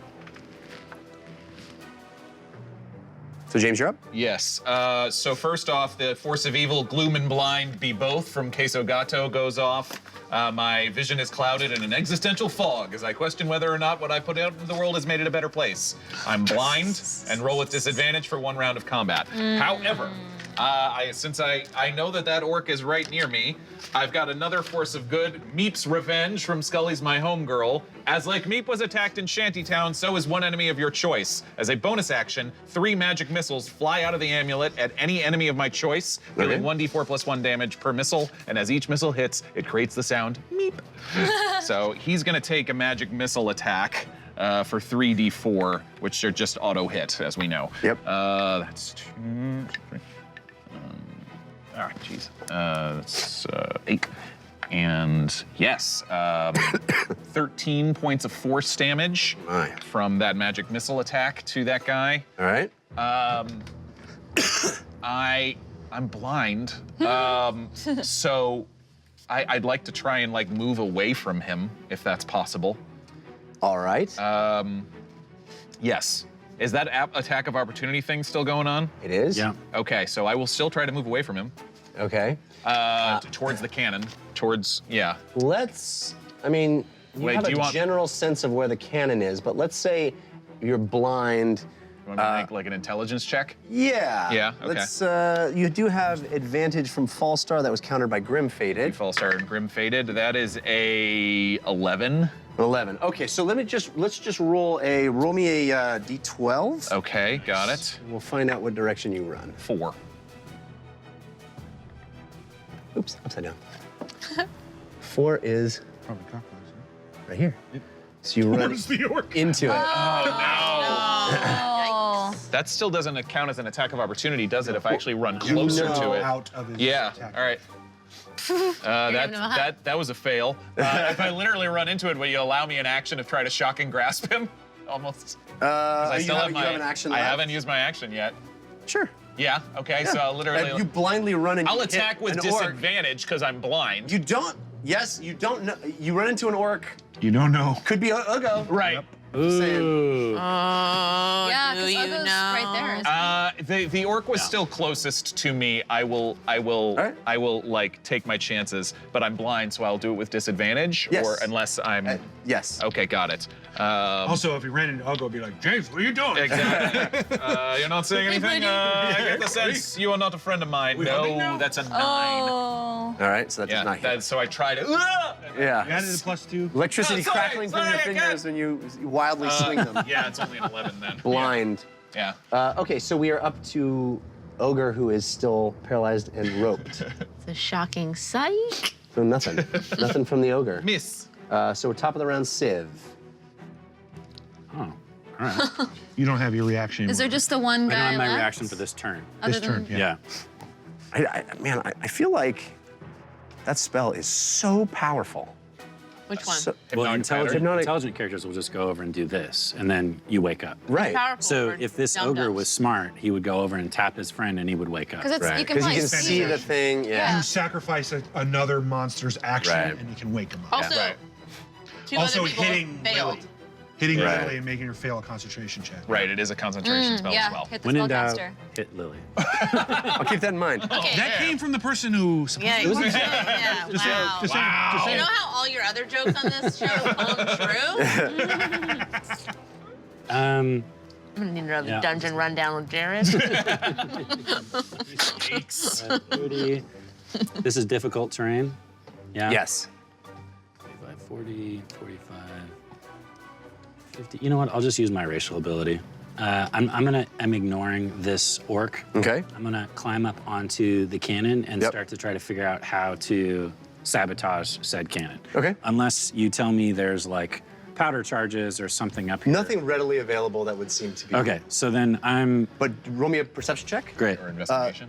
Oh yeah, investigation's even better. Advantage from the Carson. Left-handed. Whoa. Wow, wow, wow. You have advantage from the Carson. Thank you, Carson. My perception is better. You still want me to use investigation? yeah, I Okay. think that's a better. Then 16. Sorry, you're a rogue. I just So, you notice immediately on it as you climb up the side a familiar stamp that you saw long, long ago. What? It says, "Intellectual property, Cardinal Urtenford. Confirm. Steal under penalty of most heinous death." Wow. Okay. There it is. It's an I knew he Urtenford wasn't original. dead. I knew it. So it is magical then. I can deduce that. Was No, it is not magical. Were Urtenford's stuff, Urtenford's, oh, man. Urtenford's, were his automatons, were those magical? No, Those are all like They were mechanical. mechanical, clockwork creatures. Okay. Robots. All Do I of it. see, Robots. do I see gears then? You do see everything is sort of contained, but this thing has taken some damage. You can hear movement inside it, and you can see that it's got moving parts. Where's a Jerry Trainer boomerang when you need it? Is there exposed moving parts, or is there a panel? Is there some way for me to get access to? This entire chassis is metal, and whatever is happening inside it is making some sort of a humming and moving sound, but everything is contained. Okay. I would say the investigation is probably your action, Right. Okay. but if there's anything else you'd like to do, let me know. Is it dark? It's getting there. It's getting Yeah. close. Can I roll a perception check for what is take care of in that this ogre. area besides the cannon? And that can be my essentially my bonus Sure. action or whatever. You've got advantage from Northern Baker. Hey, Northern Baker. 17. Yeah, you see component parts like cartridges almost that look like they're loaded in, and then rocks and piles of things that are broken on the back here. Looks like they've slammed into the side with these enormous ogre strength, breaking things off using them. There's bits of hunks of steel that look like they were perhaps used, and then they ran out of that, so they just started using hunks of rock. Yeah. But I don't see how this thing gets fired off.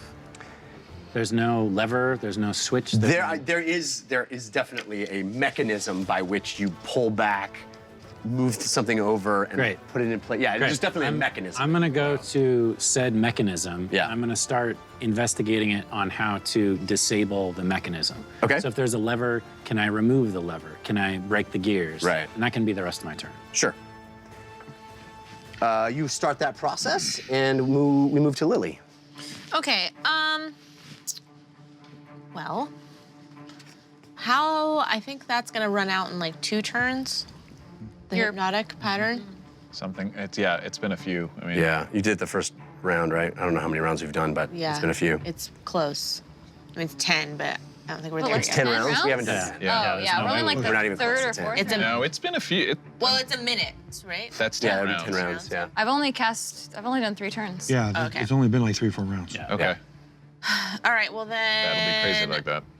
I will turn to this orc and I will viciously mock it. Love it. Just feel useful. Looking around, not knowing what to do. So he has to make a check. All right.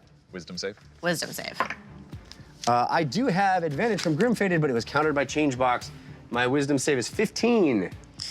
That saves. Woohoo! Nada. Fine. And then I will, I'm just gonna yell out, Fahima, get away from the ogre! Why? Because we're gonna have to take care of it. I thought we could keep it alive for questioning. How to... That Destroy. rope's not gonna hold it. Dumbest thing to talk to. I think Uggo might have a point. Even dumber than me. Would you say something? Orcs turns. Be nice to yourself. We got dead orcs. We got a 1 alive orc who's gonna take a swing. I tried to insult it, but it didn't work. It didn't work. Surrounded by. There's only one living orc left. Yes. Correct. What, It the one living? There's 2. No, no. That's a Oh, ogre I and an see, orc. I see. I got it. Dead. I got it. This thing is gonna make a break for it. Wow. He's also going to get an attack of opportunity. Yeah. But not from. And if I hit him, then his speed drops to 0. Yeah. Hang on a second.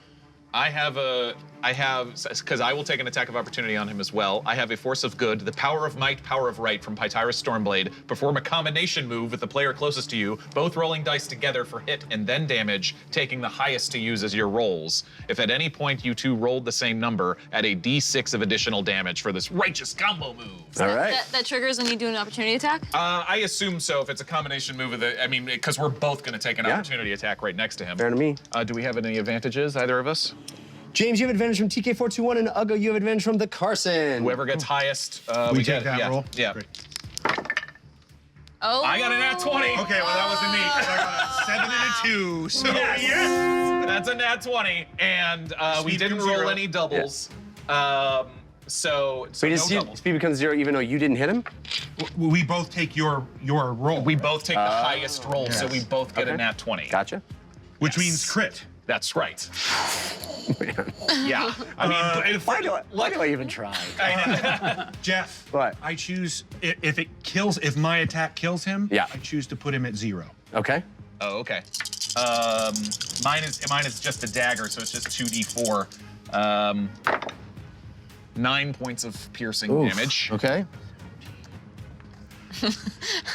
I've just been like, you're dumb. And then I've been like, 28. 28 points of damage? 37 total. So that Holy puts him below moly. 0, then I want to put him at 0. Yeah, it does. I want to put him at 0. Okay. Which just means he's not Non-lethal. dead. He's Right, not Right, conscious. yep. All I right. got one we can question. So orcs are smarter than the ogre. Get rid of the ogre. Debatable. Well, Kill the ogre. maybe not a time for debate right now. I kind of need to know because I think I'm about to do something. Just wait. Okay. Give us a moment. Give me 1 moment. I'm in like. I'm gonna come over there and in the hold him gears. down for you. It is Fahima's turn. Okay. You can hold your Please turn till don't. my turn. Please don't Next. wake him up. What? Please don't wake him up. No, of course not. So he's the only one who's alive. Correct. All right. Well, this guy's alive but Conscious. unconscious. Sure. Just saying, you could hold your turn till I go, and then you can do your thing. I'm just saying. We don't know what she But wants I to don't do. know though. what you want to do. I don't know just what told you I was come hold him down for you. Oh, sure. I want to mention that the candles are all lit. Ooh. I rolled a 2. That's a card for Oh, Fahima yay. from the community. Thank you, candles. Do the stew. After an extreme activity, nothing hits the spot like a warm bowl of mountain stew. As an action, restore 2d8 health after eating a refreshing bowl. Coming soon, Mountain Stew Extreme. Nice. Awesome. Thank you All right. You so could do much. that right now to heal. I would, but I think we're nearing the end here. Okay, well, Bold words. Fahima. Bold words. then I will hold Oh, wow. I will hold. Okay. I trust Uggo. I do. I know. You gonna hold your action? I'm gonna hold my action. I have to tell you what spell I want to hold, though, right? You want to tell me what action you want to hold, yeah, and what condition you want it to be triggered in. Can you even get to She me in also one turn? couldn't she also delay her turn completely? No, usually if you hold it, you're holding an action, you're readying an action. It has to go off. And it has to be triggered by before her next turn. Yeah, and it has to be triggered by something that she says now. Okay. You know what? I don't want to put too much thought into this, because, you know. So I'm gonna just conjure some thick shackles Okay. and attach those to him. Nice. All right. On top of the rope. Sure. Yeah. Yeah. Yep. Why take chances? Rope, shackles, Yep. Just like some Harness. big, thick metal. underwear on his head. Yeah. Give him a huge wedgie. Cement shoes. Yeah. Nice. Okay, so you a toilet and give him a conjure swirly. big, thick metal shackles. You slap them on this creature who's still like, All right. Well, that'll have to suffice for now. all right. So combat is effectively over. Yes. You have 2 living creatures. Unless you would like to do something. No, yeah, I was gonna move. Well, go ahead. Okay. So Uggo's gonna move up to the cannon Okay. and use standing out in the crowd. Can I have your dice? All of them? Yep. Uh-oh. What? What do you mean? Uggo, what are you doing? Civ is on the cannon. He's on it. Sam, you might want to get off the cannon. Get off the cannon. Oh, no. Okay. So. What are grab you- his hand- what you doing? Help me. Okay, so I stand out in the crowd. There are so many dice to roll, but only certain numbers immediately catch your eye. Grab as many dice as you can fit in your hands and roll them. Count how many max, 20 on a d20, 12 on a d12, so on and so forth, and 1 rolls you get. Add the number of max rolls to a damage roll, or use the number of 1 rolls as healing. You may decide after rolling. I don't even know what you said, but I'm excited for this. These in my hands. As many as you can, please. This is what I happens. have very big hands. That's a coin. What do you guys want to do? Just pour them in my hand. I'm doing it. I'm helping. I'm just gonna like, Civ, Oh. how are these ropes? Okay, These I good to think tie that good might knots? be a It's not a I'm match. going Come on. to, actually, I'm gonna pick his pocket. Ooh, good. It says hands plural. Right. Yeah, it's this hand plural. Both hands, Sure yeah. does. I think that's probably about it. Okay. Yeah, that's it. Okay, you're maxed out. This is insanity. So now Insanity. Whoa! You didn't want to do it in your roll box? Did you roll with your left This hand, is Ron? nuts. They rolled with I'm gonna both go get a hands. You know how you always tell I know. Adrian he's lost control of the cast? There's You've a now one. lost control. I learned it by watching this. This is the most chaotic episode we've ever had. This is Six. pretty chaotic. There's a 1. For people who this is your first time watching, it's not normally like There's this. some What are we just looking for? One? Ones and maxes. There's a 1. I'm gonna- not seeing So So pick many up anything maxes. that's not max. I'm gonna remove all the Six. others. 6 on a 6. I'm not helping. 6 on a 6 on a 6. 6. 6 on a Got a 6. 6 on a Oh, here's a 4 on a 4. That's a 6 on a 6. Here's a 4 on a 4. Katie over there. That's a 6 on a 6. Both There's of those are ones. 6s. This is Yeah, a 6. ones. This is an 8. Oh, So no, do it's I 10. find anything on There's the another ogre? 6 on a 6. Oh, you searched the ogre? Yeah. And The that's one it. that's dead or the one that's restrained? This one. The one that's restrained. This is a. Oh, 6 on a 6. You wasn't even a find a club. This you is a 12 on a find, 12. remnants of rock and bone. This is not carrying. That's the only thing you're looking for? Yeah. Yeah, max. maxes Does it and appear mins. that other ogre was the Anything one else that you was just the- grab to give that to was me. leading them or in charge? It does seem that way. Okay. So wait, Anything else? I'll go to him Nada. next and search him. Cool. I wish you would have rolled a 20. So you Unfortunately. you search that other. She's already removed the horn. Right. He has, you know, a 48 sack damage. of stones on his belt. Right. He's got some loose raw meat in his pouch. There's not much. There's no like orders or. Well, one would assume these things can't read. Loose raw meat is my least favorite band. He clearly was under orders, but nothing written down. Jared. Thanks. 48 damage to the cannon. 48. All right. The cannon has actually taken quite a bit of damage. Yes. But it is, as you would expect from a giant metal reinforced object. One moment, please. How bad does the cannon look now? So, Uggo, you walk up to it, and Yeah. the amulet flashes and blinks twice, and you unleash an incredible slam attack with both hands. It's as if shapes come pouring out of your hands. You smack this thing, and it rumbles. But, and it certainly, you feel a dent in the side, but it doesn't seem to have destroyed. I mean, there's so much force. The wheel kind of goes cockeyed and kind of comes off its hinges a bit, but the cannon itself is quite sturdy. Yes. You know, it's like walking up to a big metal cannon and trying to punch it. Yeah, you for know? sure, of course. I would like to, if I can, approach it and find where the stamp, as you said, I'll do a super nerdy thing and take a rubbing of the stamp. I will pull some parchment out, and I will just, you know, basically for my own records, do a recording of Erdenfurt's stamp. Yeah. Got some proof. I don't need to hold it down. You have manacles on it. Right. Yes, but you said they're pretty dumb. So, Lily, how much longer can you hold this? And not much longer. Jeff, I go over to the orc, the other orc. Yeah. And I use my manacles, which I have. Okay. And put those on him. All right. Try to slap him awake. Okay. Successful. Pop, pop, pop, pop. You pop. Slap him in the face. Pick him up by his head. How do you fire cannon? Tell you nothing. Jeff, I break one of his fingers. What? We need information and fast. Thanks. Tell. Kill you all. Go. Kill you all. Ask him about Erdenfurt. Army will come. When they hear no cannon fire, they will come. He will kill all of you. He will kill all of you. I'm gonna attempt. I mean, Hang on. yeah. 1 moment. Hang on. Listen, you've had a hard day, obviously. So here's what I suggest. You're going to tell me everything you know about who made this cannon and how to operate it, and then you're going to take a long walk. You're gonna start walking home, and then whenever you get tired, you're just gonna lay down and go to sleep. But first, tell me everything, please. Suggestion? Yep. I was like, what are you I roll doing? Wisdom save of 15. I have advantage from Grim Fated, but it was countered by a change box. I'm gonna pull one of my DM forces of good just to see if I can. This is from Grim Fated. Before you read that, I'm just waiting for this ogre to wake up. So I'm just holding a short sword to his throat, and the second the spell wears off, I'm just gonna slit it. Oof. Whoa, if I see that, then I'll prepare a spell too. I'm saying when this fizzles. He's just preparing for when the fizzle happens. You can cast a spell if you want. 16! Hey, Jeff.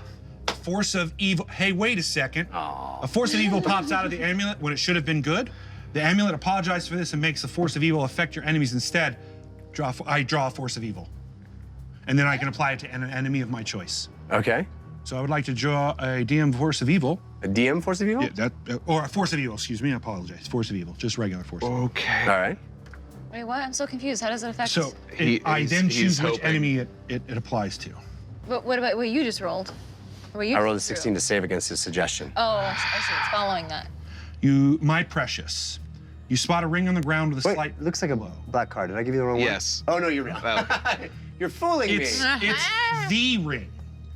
You become suspicious that everyone wants the ring and immediately attack another player and then flee. What? DM decides the manner in which you attack, but you must use your movement to run away after. When you realize it's something an old ring with Fred engraved on the inside. As a positive, it's worth 10 gold. So this applies to the orc. Okay. So he has to attack another one of his patriots, I guess, Right. and then flee. So he'll try You to decide attack the manner in the other? attack, and then I have to use my, and then must use his movement to run away after. So the only other thing that it can attack is the ogre. Right.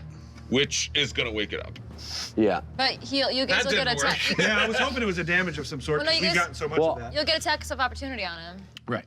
Which, Well, I mean, I've got him by the that's how you guys manacles, killed it. So, yeah. Yeah. So, and you also caused this to happen. Yes. Yes. So, I'm gonna say he attacks this thing. Ugh. Good God. I was hoping it was a damage card. I know.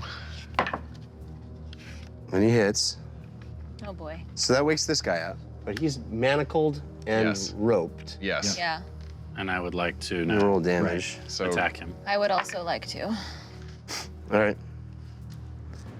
and then he has to attack and then flee was the other part And of then it. flee as quickly as as far as he can. Well, he's already used all his. Right, is Yeah. movement. Yeah. Okay. Yeah. So you guys are now attacking the ogre. Correct. Okay. Kill it. Do you want to go first? Or you want me to go first? No, you go first. Advantage, Dang. disadvantage. You do have advantage. Dang. At TK421. Thank you, TK. He is manacled, so I don't know how much damage he did or what. Yeah. Do manacles say if it takes like a DC what strength check It's 20 to break them? 20 Yeah. to break. 25 To to hit. hit, that hits. Okay. Let me see if this thing can break the manacle, just because it has a lot of strength. I assume. Yeah. Are 7 behemoth and Is it 60 20? to me? Probably 20. not. You said it's 25 to break Maybe. manacle? 20. Yeah, he rolled a 20, dirty 20. Takes his action to do that. Yeah, that is Yeah. his action. Well, but he attacked. Right. Oh, but it was driven by the card, so. No, not that guy. No, the ogre. The ogre. My manacles are on the orc. Okay. Well, but the ogre has manacles as well. Yes. Okay, so the ogre broke his manacles, his magical Fahima manacles. Yeah, but you just hit it. For 24 points of damage. Wow. All right. Does that kill him? Yeah. The deep cut. It does? Yeah. Wow. Wow. That So as was soon as he fast. breaks free, just whoosh. Yeah. Yeah. I mean, I was waiting there with my sword to his throat. Right. So. Oh yeah, I saw it. I was there with you. So this thing is Watching dead. She Chad- totally did it And as too. soon as he runs and attacks that, I'm obviously going to run after him and tackle him. Oh my Yeah. gosh. I won't damage him, just putting him. He's to the ground. got no hit points anyway. He's, Yeah. Put him to sleep. So then, if I do damage to him, I will put him at 0. Okay. So does he fall unconscious at that point? Yeah. Yeah. Okay. Which Sleeper hold him, can just basically. wake him back up, basically. Wow. Wow. I'm going to go back to what I was doing. Can't wake Because I'm him going back. to the If you're firing stable at mechanism zero, of the you're cannon. not conscious. Yeah. And I'm trying to figure out if I can sabotage it with just my tools. And if Right. not, I have another idea where I could stuff Stretch Armstrong in there and possibly damage it with acid. Nice. So Okay. you tell me, is acid going to be more effective in this situation? Definitely. Okay. Nice. So I'll try and help Civ investigate it or something Okay. and look for weak points. Yeah. Should I roll an investigation check myself? Sure. Again? You've got advantage from TK421. Thank you, TK421. Again, if you're going to damage this, I can reduce it so that I'll go Or drops it'll out be a of, bit more effective. out of rage. Yeah. And I take 15 points of damage. Okay. That's, go ahead. 22 investigation check. All right. You guys are able to discern there are certain structural places on this thing that it looks like are operable. It looks like there are mechanisms to actually force this thing to, you place the ordnance inside it, you move it. It's a fairly mechanical thing. It has these cartridges. It's very advanced. It's not the typical light a fuse, blow up a cannon. Right, but there's Right. got to be something that fires it and propels the. That's exactly what this situation on the side is all about. And it's pretty clear that by pouring acid into this, it would cause some major problems. Okay. And in fact, you may be able to cause whatever fires the ordnance out of it to blow up on the inside by, putting something inside it or causing an explosion in the interior of this thing. Would you like a digit to pour it inside so we're not near it if it blows up? Sure. Meep can also breathe acid into it. Friends, That's an interesting idea.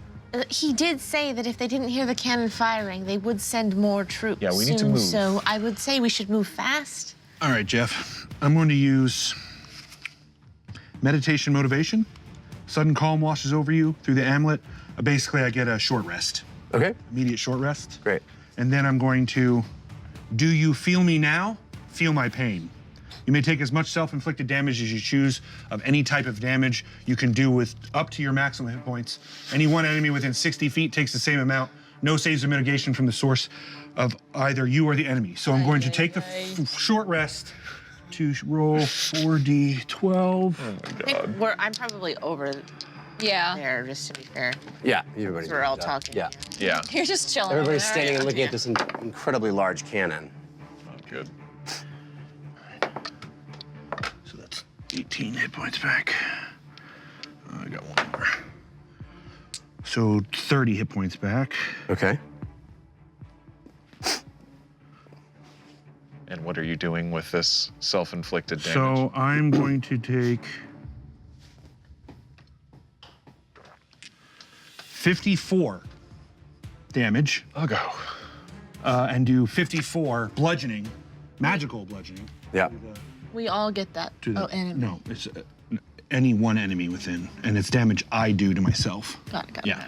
So I'm doing you imagine? 54 damage to myself. Okay. And doing 54 magical bludgeoning to the All right. to the So you cannon. raise your maul high. I'm assuming you've taken off the wraps at this point. You raise your maul high and come down with magical force on this thing. The mithril of your, the mithril infused head of your maul slamming into this steel. Boom, boom, boom. You hear a loud crack as it shatters the top shell of this thing, exposing the innards. And there's moving bits and moving pieces. This is kind of what you guys had perceived Yeah, I can pour the acid in there. Then. directly. Sure. Yeah. Great. That if I use them all, the additional damage would be 14 on top of the 54. Yeah, I mean, this Yeah, thing has just- lots of hit points. Just but letting you know. Yeah. Yeah. So how much was it total? 68. 68? Total, yeah. And Yeah, I mean, this thing is very badly damaged at this point. Ugo passes out. Okay. Okay. Oh, right. I'm gonna run over and do cure wounds on Ugo. Okay, good. Thank you. And you are going to pour the acid in? Yeah. And I'll wait until he smashes it open, and then I'll pour the acid inside. There's a huge clang, crashing sound as you break this thing open. You pass out on the ground. Lily runs over, places hands on you, and Civ, you step up on the back and pour acid in it. You see this smoke rise up. It smells awful, and the odor invades your nostrils. You smell this terrible smell of cooked metal, and everything starts to bend and melt inside.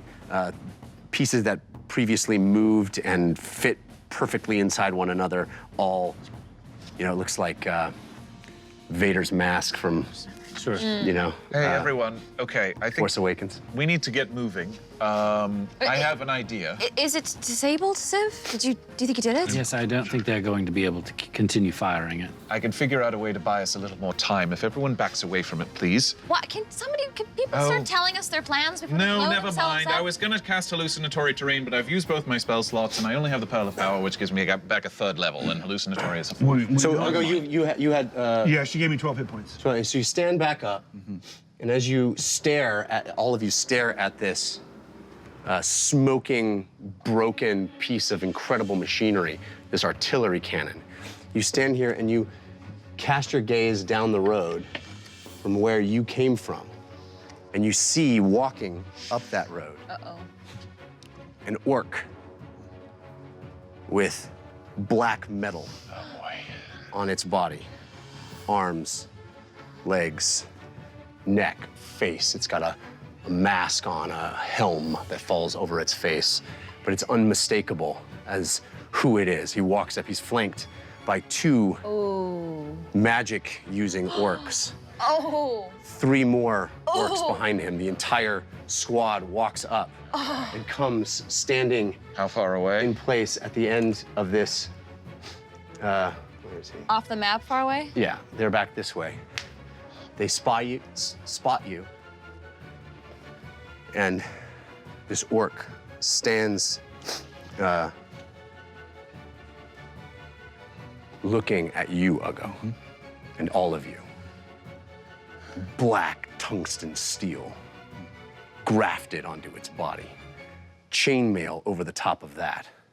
It stares at the smoking wreckage of this cannon and says, Ugo of Thorn. The first time you did not tell me you were Braka's brother. Your first time You used magic to flee like a coward. I would have killed you where you stood if I had known you were brother to Braka. Instead, Grolago played games. No more games. I know who you are now. And I know who your friends are. I am going to peel that metal from your skin. And use it to make a new one of these! You know Braka wants to kill you. Yeah, he tried once. He wants to kill you very much. He can try. So much that he willing to make deal with Ukdun. So much he willing to unite armies for your friends. You're apparently... So he knows that you come back. He's waiting to kill you. But I don't think Grolago will give Braka the chance. I think Grolago kill you himself. Braka rages. And that's where it ends. Yeah! Lord. Plot twist! Great ending! All right, I know, yeah, not great. so that's where we're gonna end tonight. We do have one card, although there's lots of cards for me, but somehow we'll figure all that out. I'm not gonna read 30 cards right now. We'll do a side here for special 2 more episode, hours. like reading hour with you, Jeff. Jeff. I am grateful for all the support, With a but glass of we do wine, have reading cards. one card from man. Joker 38 for Lily that we need to read before Oh, thank you, Joker. we sign off 38. tonight. It says redo the entire battle. Yeah, no kidding. The lucky coin of the wink and the smile. In the Vardo, you find a glorious gold coin, emblazoned with a hot bartender. Oh, when you spend it, roll 1d4 and add to or subtract from any roll. Cool. But by any player or the DM after the roll for no action and out of turn if need. He got lucky with these coins, will you? Nice. Wow, what a, Subtract what or a add a sultry D4. card. So that card's got a little extra. That was from Joker what? Joker 38. I do want to say again, thank you to Grim Faded, Dyson Capes, Twinsen, Changebox for all the cards for me. I really, really do appreciate it. We have Love from Snebu Gator, Fragment of Heart Soul, Scully is my homegirl, Avamir, Changebox, Just Jules, and so many others. Thank you for those shows of support and love. We appreciate those balloons. This is a wild episode, but it was fun, right? Wow. Yeah, oh yeah. Yeah. Thank you so much for being with us. We appreciate you, and we appreciate your support of the show. We'll be back next week. Until then, humankind, be both. Everybody. Be both. Okay, guys.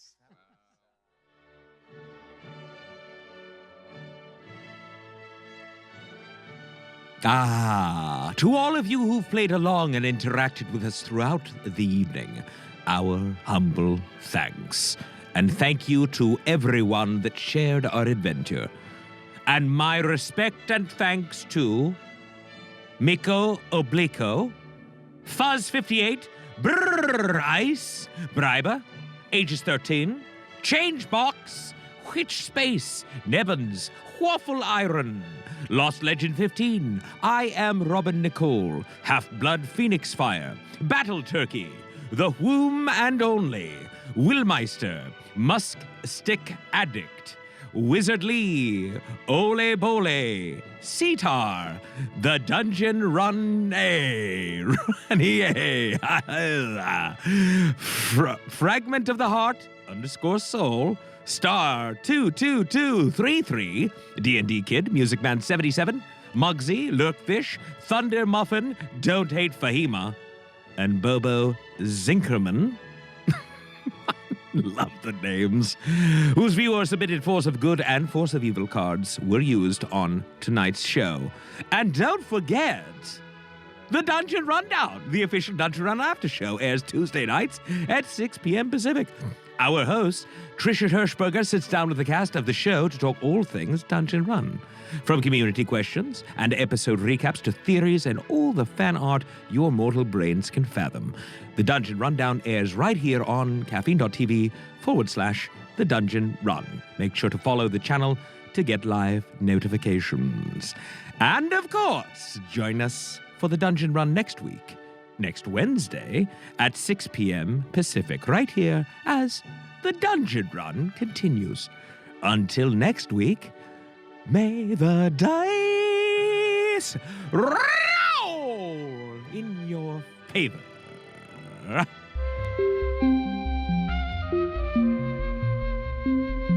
It started. It started. It started. Started.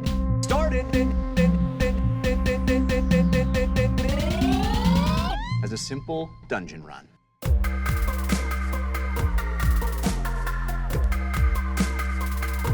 As a simple dungeon run.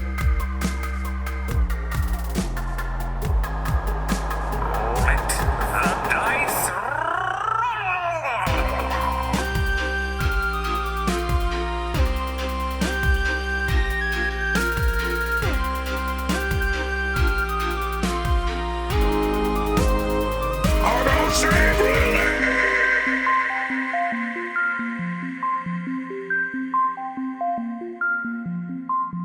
In a world where magic exists, anything is possible. Ah, life is pain.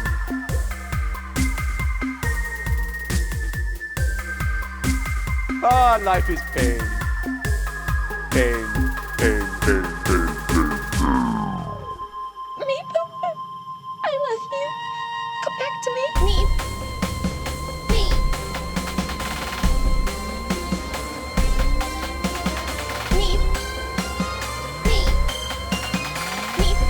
Meep. Meep. Meep. Meep. Meep. Meep. Meep. Meep.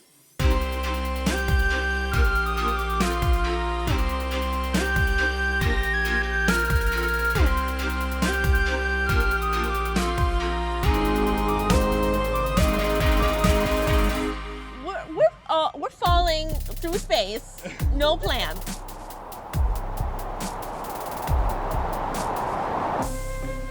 The island of Bingle is safe once again.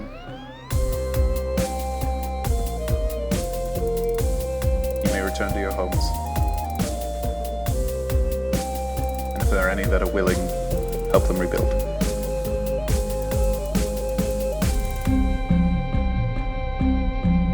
Humankind. Be both.